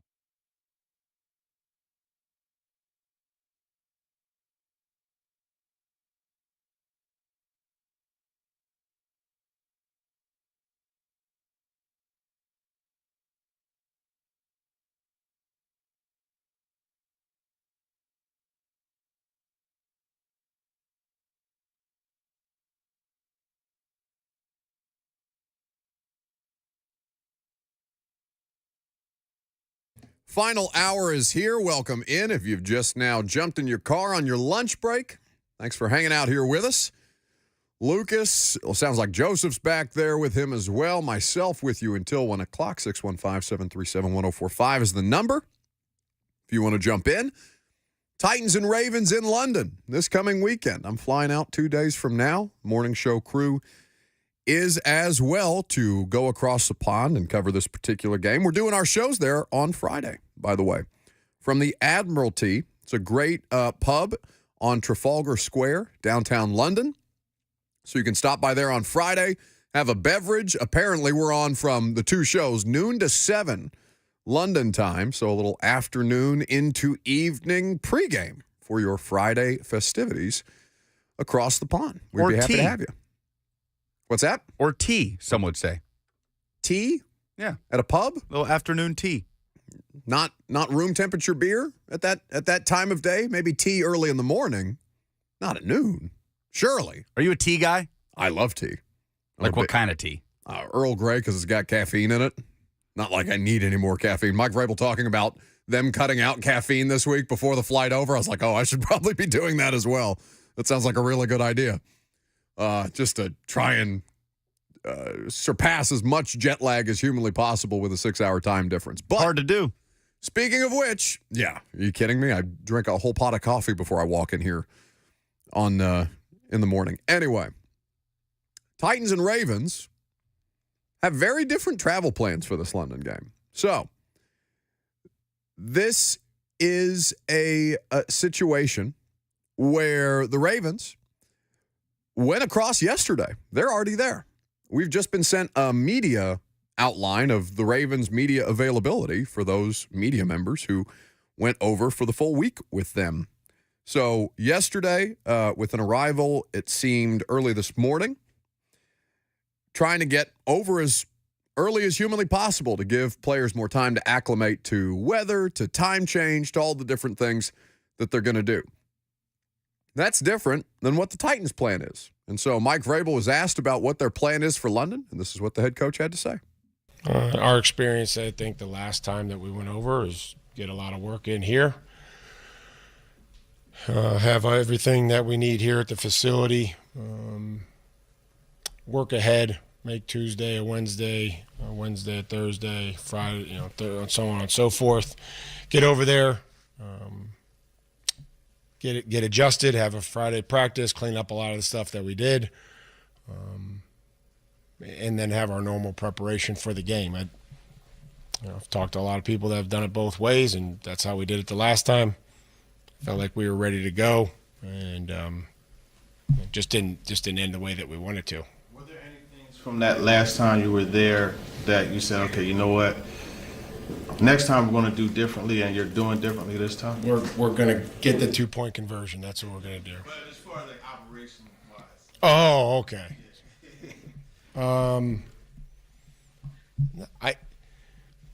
I felt like it was good. I felt like the hospitality was good. We provided buses and security and things for the players so that they could go into the city and see what they wanted to see. That worked out well. Guys left and went down there early, got back early, got sleep. We do a little light workout, stretch, and take a walk and do some stuff before our Friday meetings. Other than that, I don't know what, we'll have all our staff over there, our training staff and medical staff for the players. So that's Mike Vrabel yesterday. And so the plan is to go over Thursday night and arrive basically the same time we are on Friday morning and go through the process, or Thursday afternoon, because they're still having like Derrick Henry and the coordinators available on Thursday. It's a normal media, kind of normal media work week. Some of the times are different. And once we get over to London, obviously that will be slightly adjusted for their early morning practice that will be late afternoon over there. But they're going to try and get as much done here as humanly possible and then head over. So Vrabel seems to think that the way that they did it last time was functional, and that it's preferable to have guys sleeping in their own beds for as long as humanly possible, eating foods that they're used to, hydrating the way that they're used to, access to the facilities, not the facilities as in the bathrooms, but the Titans training facility as they're used to before uprooting everybody on Thursday afternoon saying, all right, boys, let's go. The Jags commented, and understandably so, they were over there for a week between games, 2 straight weeks in Jacksonville, getting themselves ready, and they made some comments after the fact, basically saying that the Bills looked a bit sleepy, having come over, I think, like 48 hours before. Did Trevor Lawrence call them sleepyheads? The quote, sleepyheads, the word sleepyheads, the phrase sleepyheads was uttered. But there is, cost-benefit analysis to all of this. And I couldn't help but laugh when he was asked, well, what are you going to do differently? Is there anything that you did last time that you'd like to do differently? And say, yeah, we'll get the 2-point conversion. Do you remember that? Yes. Oh, I was at the last London game covering it. Hell, that was before I worked for A to Z Sports. Had to have been right at the start, Vrabel's first season. And watching them not use Derrick Henry in a goal line situation where they had gotten a penalty to move them to the 2, and instead have Marcus throw a pass to Taywan Taylor in the back of the end zone for the 2-point conversion. I just remember looking, I think I was sitting next to Rex Road and Steve Lehman of News Channel 5, just looking around and being like, what the hell are they doing? And I don't know how many of you also listen to the podcast that I do for A to Z Sports. It's called the 615 Sessions. We do it on Friday afternoons. And last week, the guest was Keith Bullock. And Bullock was talking about him and Eddie being over there at that London game and watching Derrick from the box that they were sitting in. And Keith, when they tried to hand the ball to Derrick on the goal line, and I guess he did some side-to-side stuff that he was still doing at the time instead of just trying to get the yard, right? Just lunging forward, trying to get the yard. Bullock said he looked over at Eddie George and just kind of like, grimaced a little bit. And, I don't want to quote Keith exactly, so I'll paraphrase. Basically, Eddie looked at the situation and said, no, we can't be having this. And that is when the famed or infamous conversation between Eddie George and Derrick Henry took place. That apparently impacted Derrick enough for him to, I don't want to say completely turn his career around, but that dude was going to get traded, or at least they were trying to trade him that year. That was the same year that you guys wanted Demaryius Thomas and Golden Tate at the trade deadline, and that people were fed up with the Derrick Henry experience. So the Titans didn't look particularly sleepy in that game, right? No, they were moving the ball fine. That was why Vrabel opted to go for 2. They were moving the ball fine. And Derrick had actually scored in that game. In fact, I think it had been a period of like months between times that Derrick had found the end zone heading into that London game against the Chargers. But they were moving the ball fine on the Chargers in the second half. Because I'd be lying if I said it didn't make me uneasy to know that the Ravens are there and settled in as we speak, right? They left yesterday. Mm-hmm. and the Titans are wheels up Thursday night. If it worked last time around and you want to stick with that, then, they've had those discussions, I'm sure, and have thought through it a whole lot more than I have. But I'd be lying if I said that didn't make me slightly uneasy. And I feel like some Titans fans would say the same thing. I know there's plenty of comments in the FNM Bank chat agreeing with you. Top Tier says, I'm not a fan of the strategy. To be honest, Eric says they should be heading out today. Tennessee Backroad says, do you get the 2-point or effing kick it? Yeah, that was controversial at the time. That is as angry. I told Lucas this yesterday, I think during a commercial break. It's as angry as I've ever seen Mike. He came in there knowing that we were going to flame him for the decision. Not even for the decision, because I got the decision, like, get the hell out of there. You're moving the ball. Play for the win. I understand why people wanted them to play for overtime. It's safer. You felt better about Suckup was not a problem at that time. The field goal kicking situation could be relied upon. It was a totally makeable kick. But they got the pass. They had 2 tries to go for the 2-point. They got a DPI on the first time they went for 2. It moved them even closer. So at that point, it's just like, all right, find a way to get Derek 2 yards. And instead they threw that pass. And that was what he got dragged for most. He walked out of that press conference room afterwards, and I don't know what he hit, but I've never seen Vrabel that, and he was behind closed doors by that time. But whatever he hit behind that door as he walked off the podium down the hallway of Wembley Stadium, the building, the room that we were in straight up shook. He got it with some force. It's not a happy camper after that one. Lucas, lunch is here. You think I don't know that?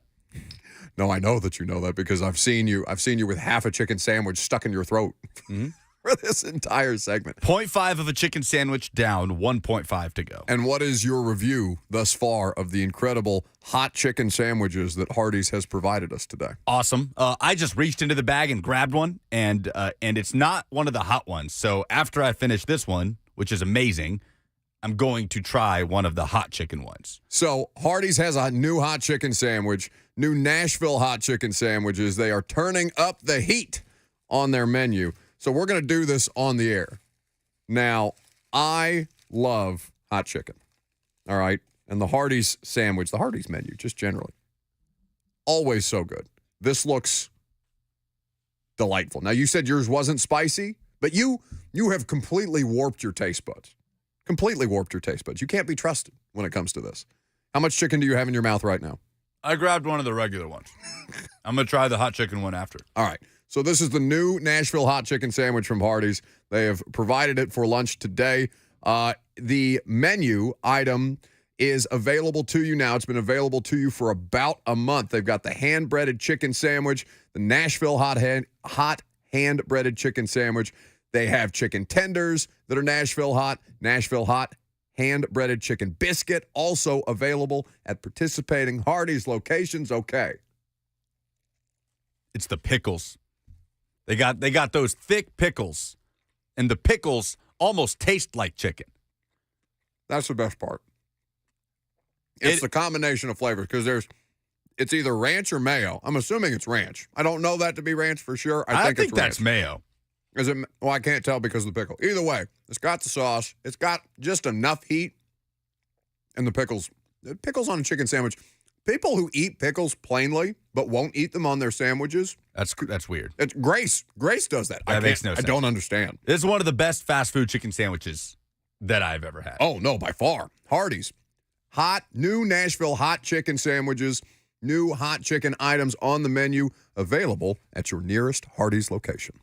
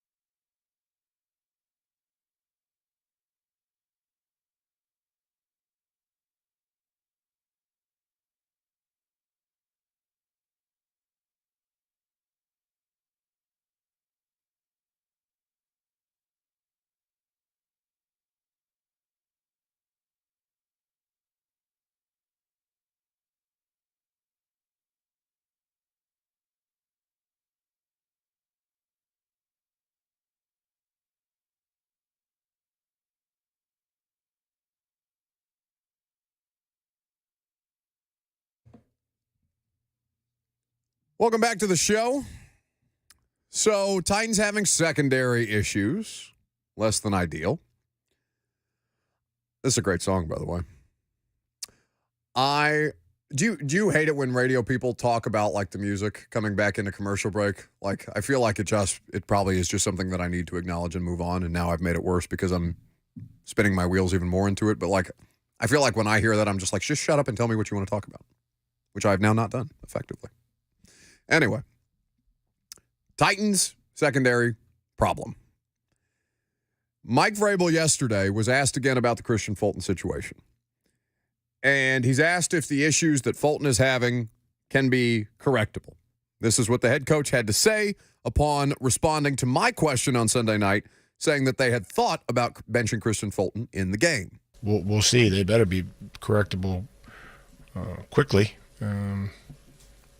Would hope that we wouldn't be having these conversations about putting our eyes in the backfield and, grabbing guys down the field and when we're in phase. I think those are just things that we have to be able to, understand you're in phase. There's no reason to grab a guy.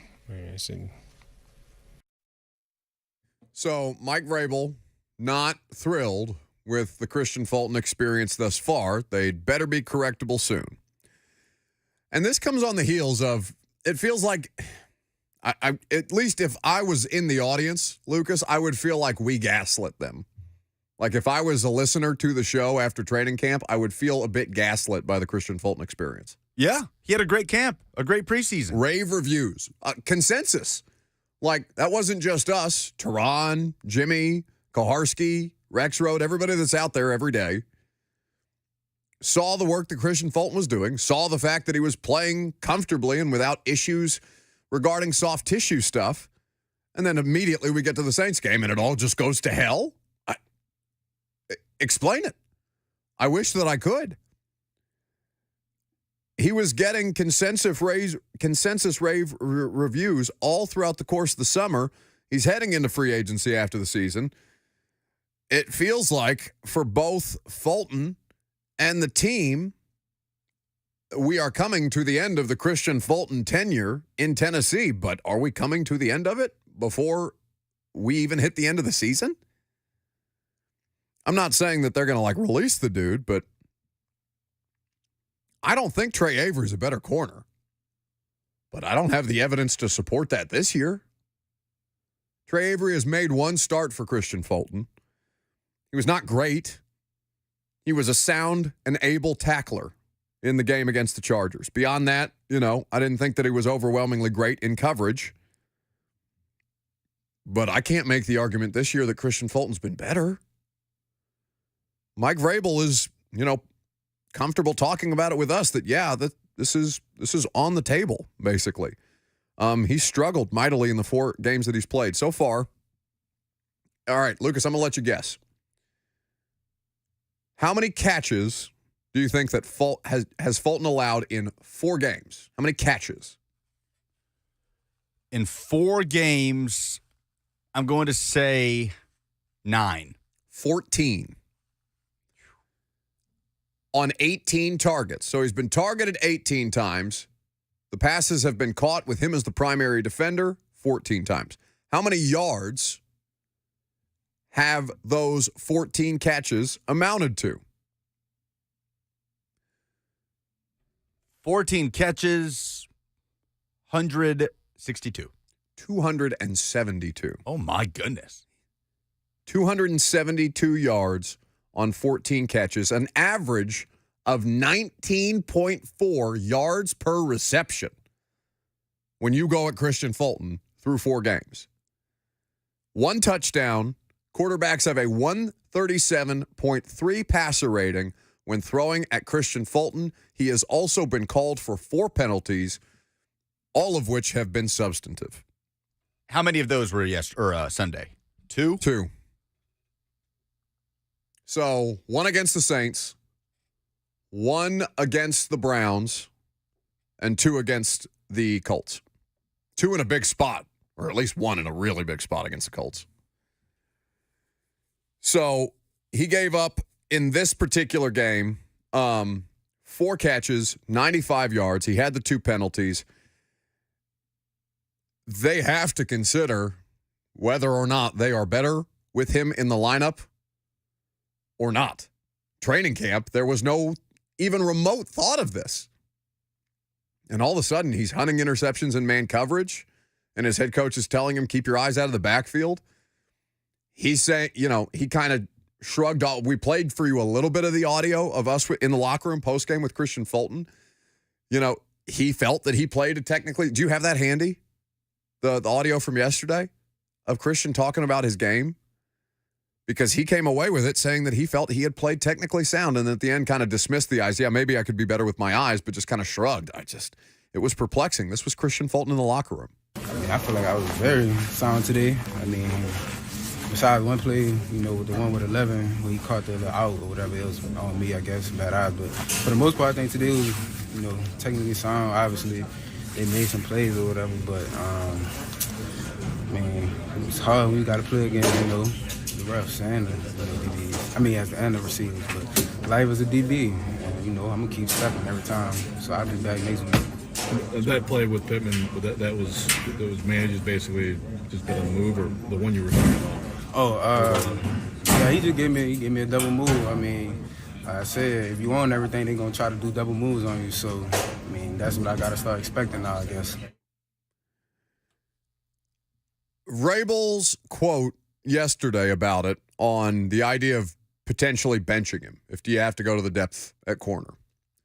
Again, that's why everybody is here. That's something that can happen. We'll see where things go the rest of today in our meetings and as we work towards Baltimore. When's the last time Vrabel conceded that, we considered pulling him? Never with Mariota. Not until they had to. I don't remember a player that's been in a situation like this. Recently, anyway. Isaiah was never a real. He wasn't a player.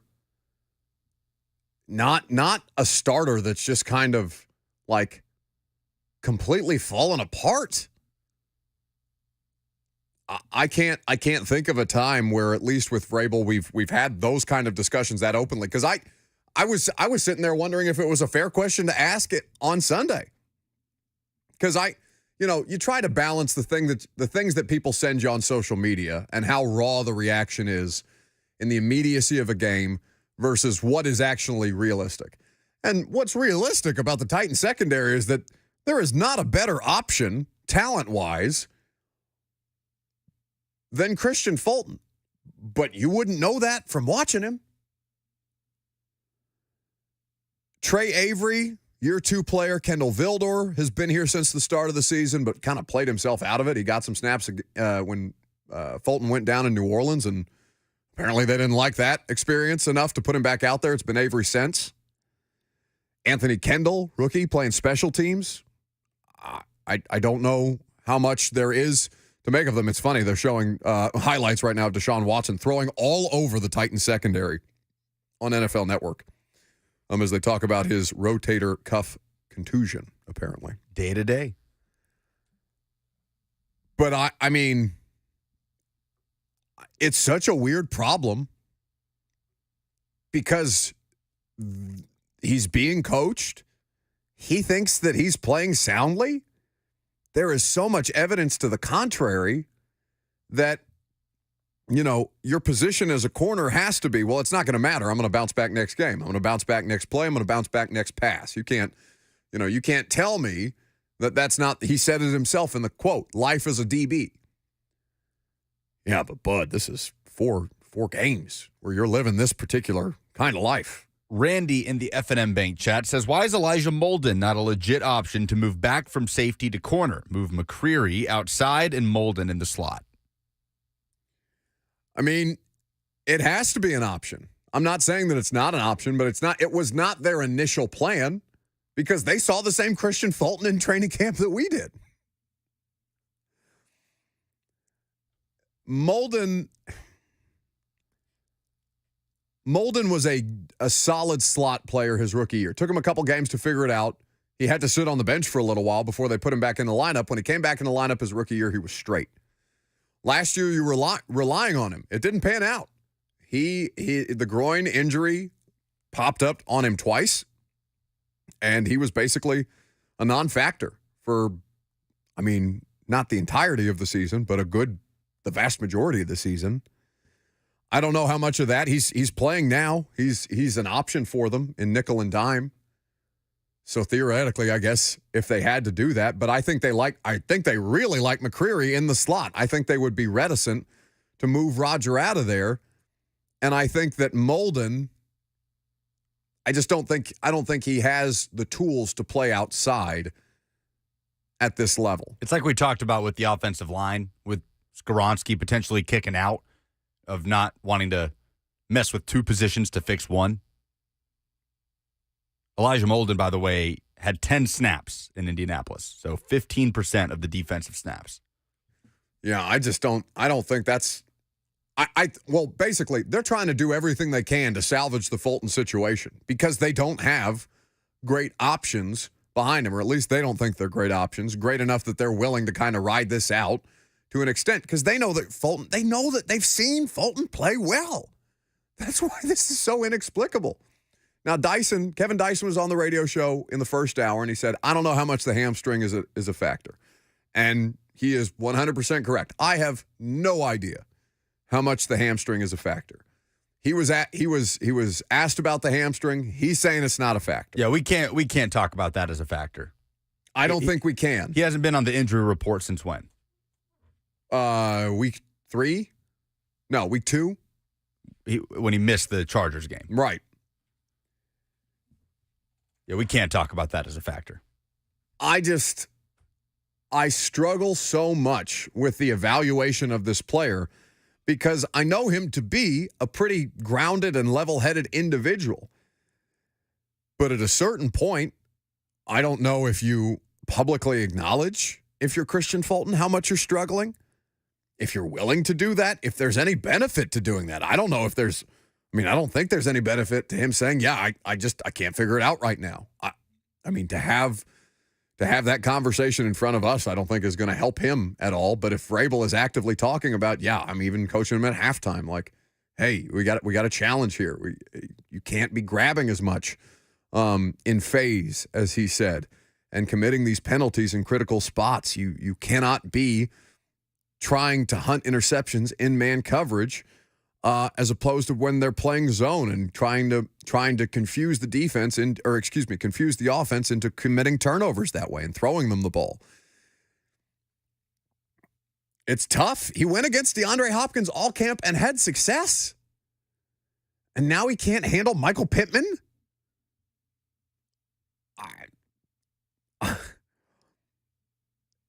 It's hard for me to do the radio show with just bitching about something for the sake of bitching about it without being able to think about, before walking in here, some kind of tangible solution that I can offer to you all, right? Not just complaining for the sake of complaining, but actively working towards, okay, here are the options as we see them. They have options, technically. The options are Trey Avery and Kendall Vildor. It's like when the Titans pass rush was suffering in 2020. Jadeveon Clowney's a non-factor. Vic Beasley's a non-factor. And then they were cut and hurt. And it's like, this is what you got. Derek Robertson, right? This is what you got. You don't want to fall into that at corner, but that's the only discussion we can have right now. Other than moving pieces around and playing fantasy football with it. Yeah, that is, but I don't want to tell, people get so tired of hearing that, right? Hey, this is what you've got. And they're screaming at you, well, trade him. Trade him? You don't think the rest of the NFL is seeing what's happening with him too? That doesn't mean that you can't get something for Christian. No. I think you can on an expiring contract. People pay corners. Had he been a good corner this season, I would say definitively pay this man. Like the idea that you can't get a 6th-round pick for Christian Fulton, to outright dismiss that, I don't think you can do. I'm not saying, but is that worth it, a 6th-round pick? You'd get something. If this trend continues and you're moving further down a path of letting him go for nothing at the end of the season, that would be something. How right? long till the trade deadline? October. It's coming up. End of October, right? I think it's at the end of the month. I believe so. I mean, you've got the bye and the London game to, I guess, figure it out between then. Because by the time you get back against Atlanta, it's probably too late. Unless you've already started to have those conversations. You play the Ravens. The Falcons game is 2 days before the trade deadline. The deadline. So you have 2 games between now and the trade deadline. It's the fact that he's out here saying, I'm playing the wide receivers and the refs too. It's like, buddy, I mean, some of that, you are allowed to be frustrated by the officiating. I think it's completely fair, especially if you're a defensive back. You're allowed to be frustrated by the officiating. But one, I don't think those were bad calls on him. I don't think he was square. I don't think he got square. I don't think he was squared up and got run over the way that he was attesting that he had been. I think at least close enough for the official to make the call and not be like blatantly wrong. Vrabel didn't have a problem with the call. I mean, Vrabel's going to argue on behalf of the team, but he didn't have an outright problem with the call. It's not like the fumble incomplete pass conversation we've been having with Vrabel since last damn January. This is not something that is overwhelmingly up for dispute. And so to hear him say those things like, I'm sure he's annoyed, I'm sure he's frustrated, I'm sure he doesn't really understand what's going on completely. I mean, he can't possibly, it's not like he's actively trying to underperform. But nobody, you're just setting yourself up for further scrutiny. If you're saying, yeah, I'm playing the refs and the wide receivers. Yeah, okay, man, but like whatever. Is that the biggest problem on the defense right now? Yeah. Well, depending on what's up with Jeff, I don't know. I mean, is Jeff's shoulder going to be okay this week? I don't know the answer to that question. Yeah, because if the pass rush, that's an outlier right now, what we saw from the pass rush or lack thereof Sunday, right? That's an outlier, not a trend. Should be. It's happened once, the run defense and the pass rush. Yeah, but if that were to come closer to becoming a trend, then I think that would become is Tart available? Your biggest problem. Yeah, is Tart available and is Jeff healthy? Because that is problem number one for me. Now Jeff acted like he didn't know what we were talking about when we walked up and said, "Hey, are you good?" He's like, "What? What do you mean?" It's like the shoulder, you good, or the injury? Are you good? After we've clearly seen the trainer sitting there 20 minutes before working on him while we're talking to him. And he was never given an injury designation, so I assume that Jeff is good, but not ideal. Injury report on Wednesday. Normal timelines for injury reports, indeed. 615-737-1045. Last call for phone calls if you got them. Quickly, Eric Alonso says, is Traylon playing? I am, again, they haven't practiced yet, so I will withhold outright judgment. Just say, will you be surprised if Traylon Burks plays in London on Sunday? I would be shocked. Shocked? I would be shocked if he plays. But we'll see. 615-737-1045 is the number. If you want to jump in, your last opportunity to do so. We'll update some polls, get you over to Blaine and Mickey.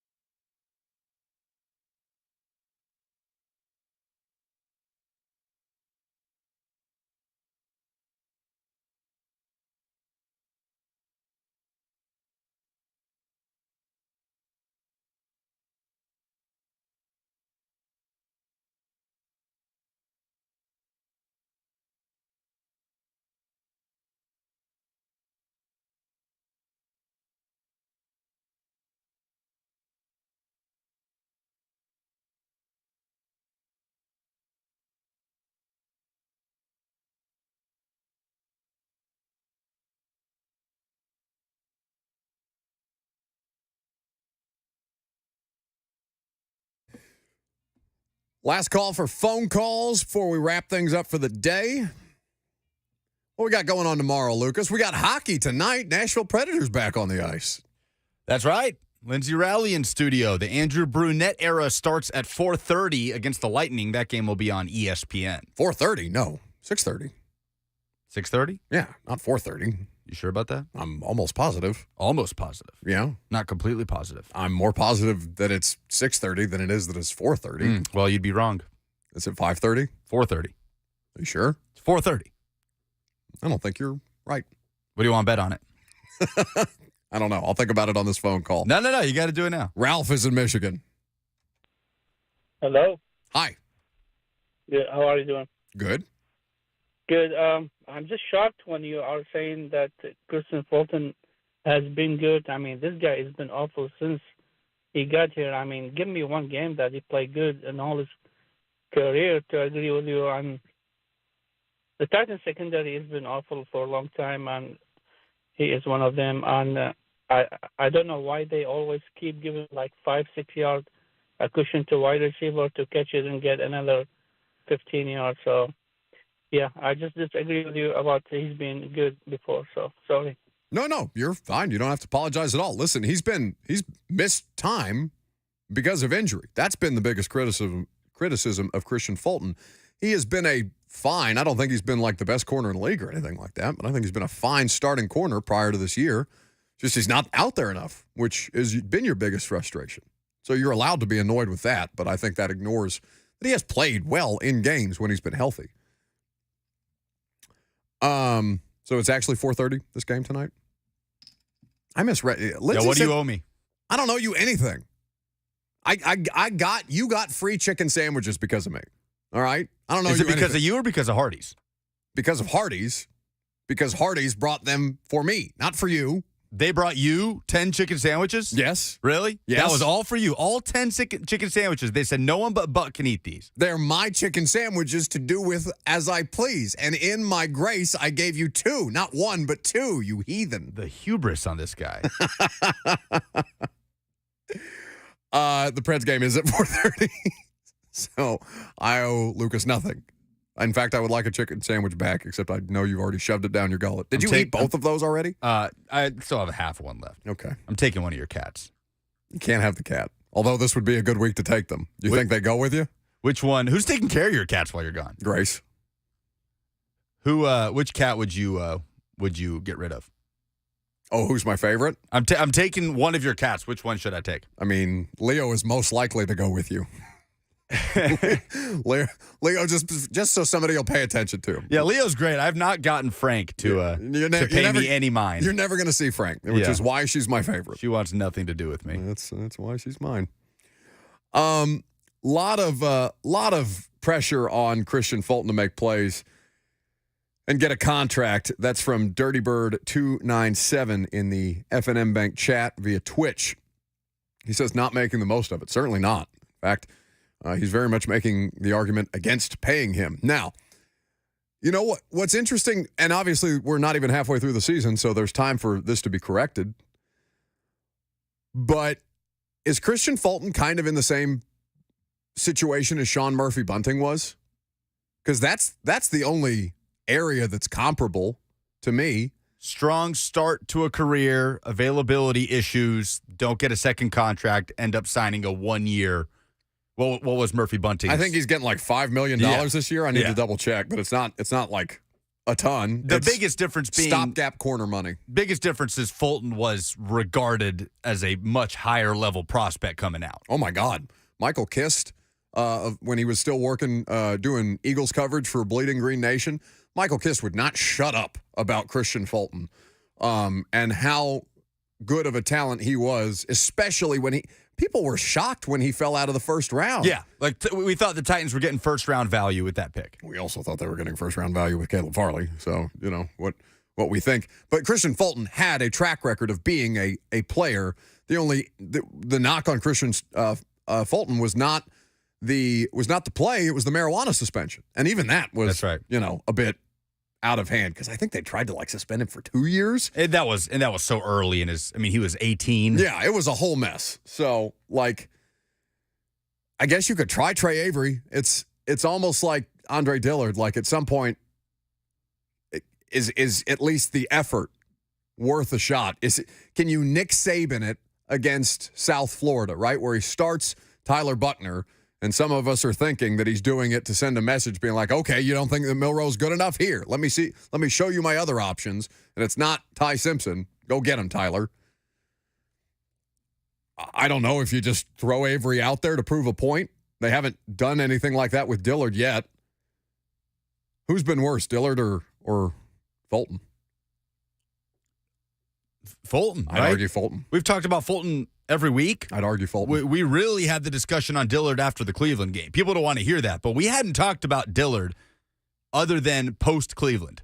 Like, really talked about Andre Dillard as a big problem. He was okay. He was okay last year. Good enough. Yeah, good enough. Christian Fulton has not been. Polls, please. Not now, Jenny. I'm on the radio. Buck Rising gave me a job. Said something about a poll update. Hope that wasn't at that club where you became a folk singer. Anyway, Buck Rising's producer and correspondent has the final poll update. I'm not a smart man, but I know who Lucas Panzica is. Presented by Two Rivers Ford, who sells below MSRP on any non-specialty new Ford. What in sports made you say, oh no, over the weekend? Eric says it was driving over 4 hours to Indy to watch the Titans lose. Karen says, is it too obvious to say Mario Cristobal? Because that is the answer. It is the answer, but we have to have something for the dumbest thing in sports this week, and there is nobody dumber than Mario Cristobal this week. Who's the most trustworthy 2-3 NFL team? Andrew says it's either the Bengals or the Rams. Seth says it's the Bungles. Yeah, Bengals with a healthier Joe Burrow looked more themselves this past weekend. He looked really, really comfortable, and Jamar Chase looked like he had something to prove. So, who's the second best team in college football right now? Say this with the assumption that Georgia is back to being secure as the number one team in the country after the blowout win over Kentucky. Tyler says it's Washington. That was Michael Felder's answer when I asked him, if you just went by resume, no preseason expectations, no previous results from past years, who's your number one team? He said Washington. Michigan is the number 2 team in the AP poll at the moment.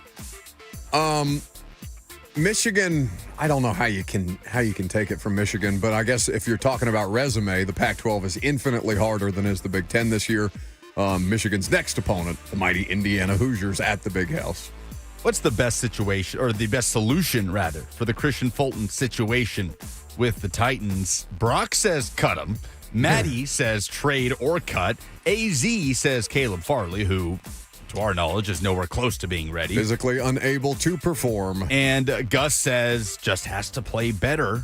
In other words, he's what you got. It's that one. Honestly, it's that one. Like, the idea, it's like Dylan Radins. The idea of Dylan Radins is better than Dylan Radins actually is. The idea of Trey Avery is better than Trey Avery actually is, and I think that's the mistake that a lot of people are making. Those are the posts. Excellent. That's the show. Prime time tonight, apparently, it'll be post-game for the Nashville Predators, who take on the Tampa Bay Lightning a little later this afternoon. 3HL will be on the air while you can watch the Preds. You can watch some hockey, listen to some sports talk. That'll be a great time. Looking forward to having Lindsay Rowley in studio tomorrow. Have a great rest of your afternoon. Prime time tonight, and Blaine and Mickey coming up next.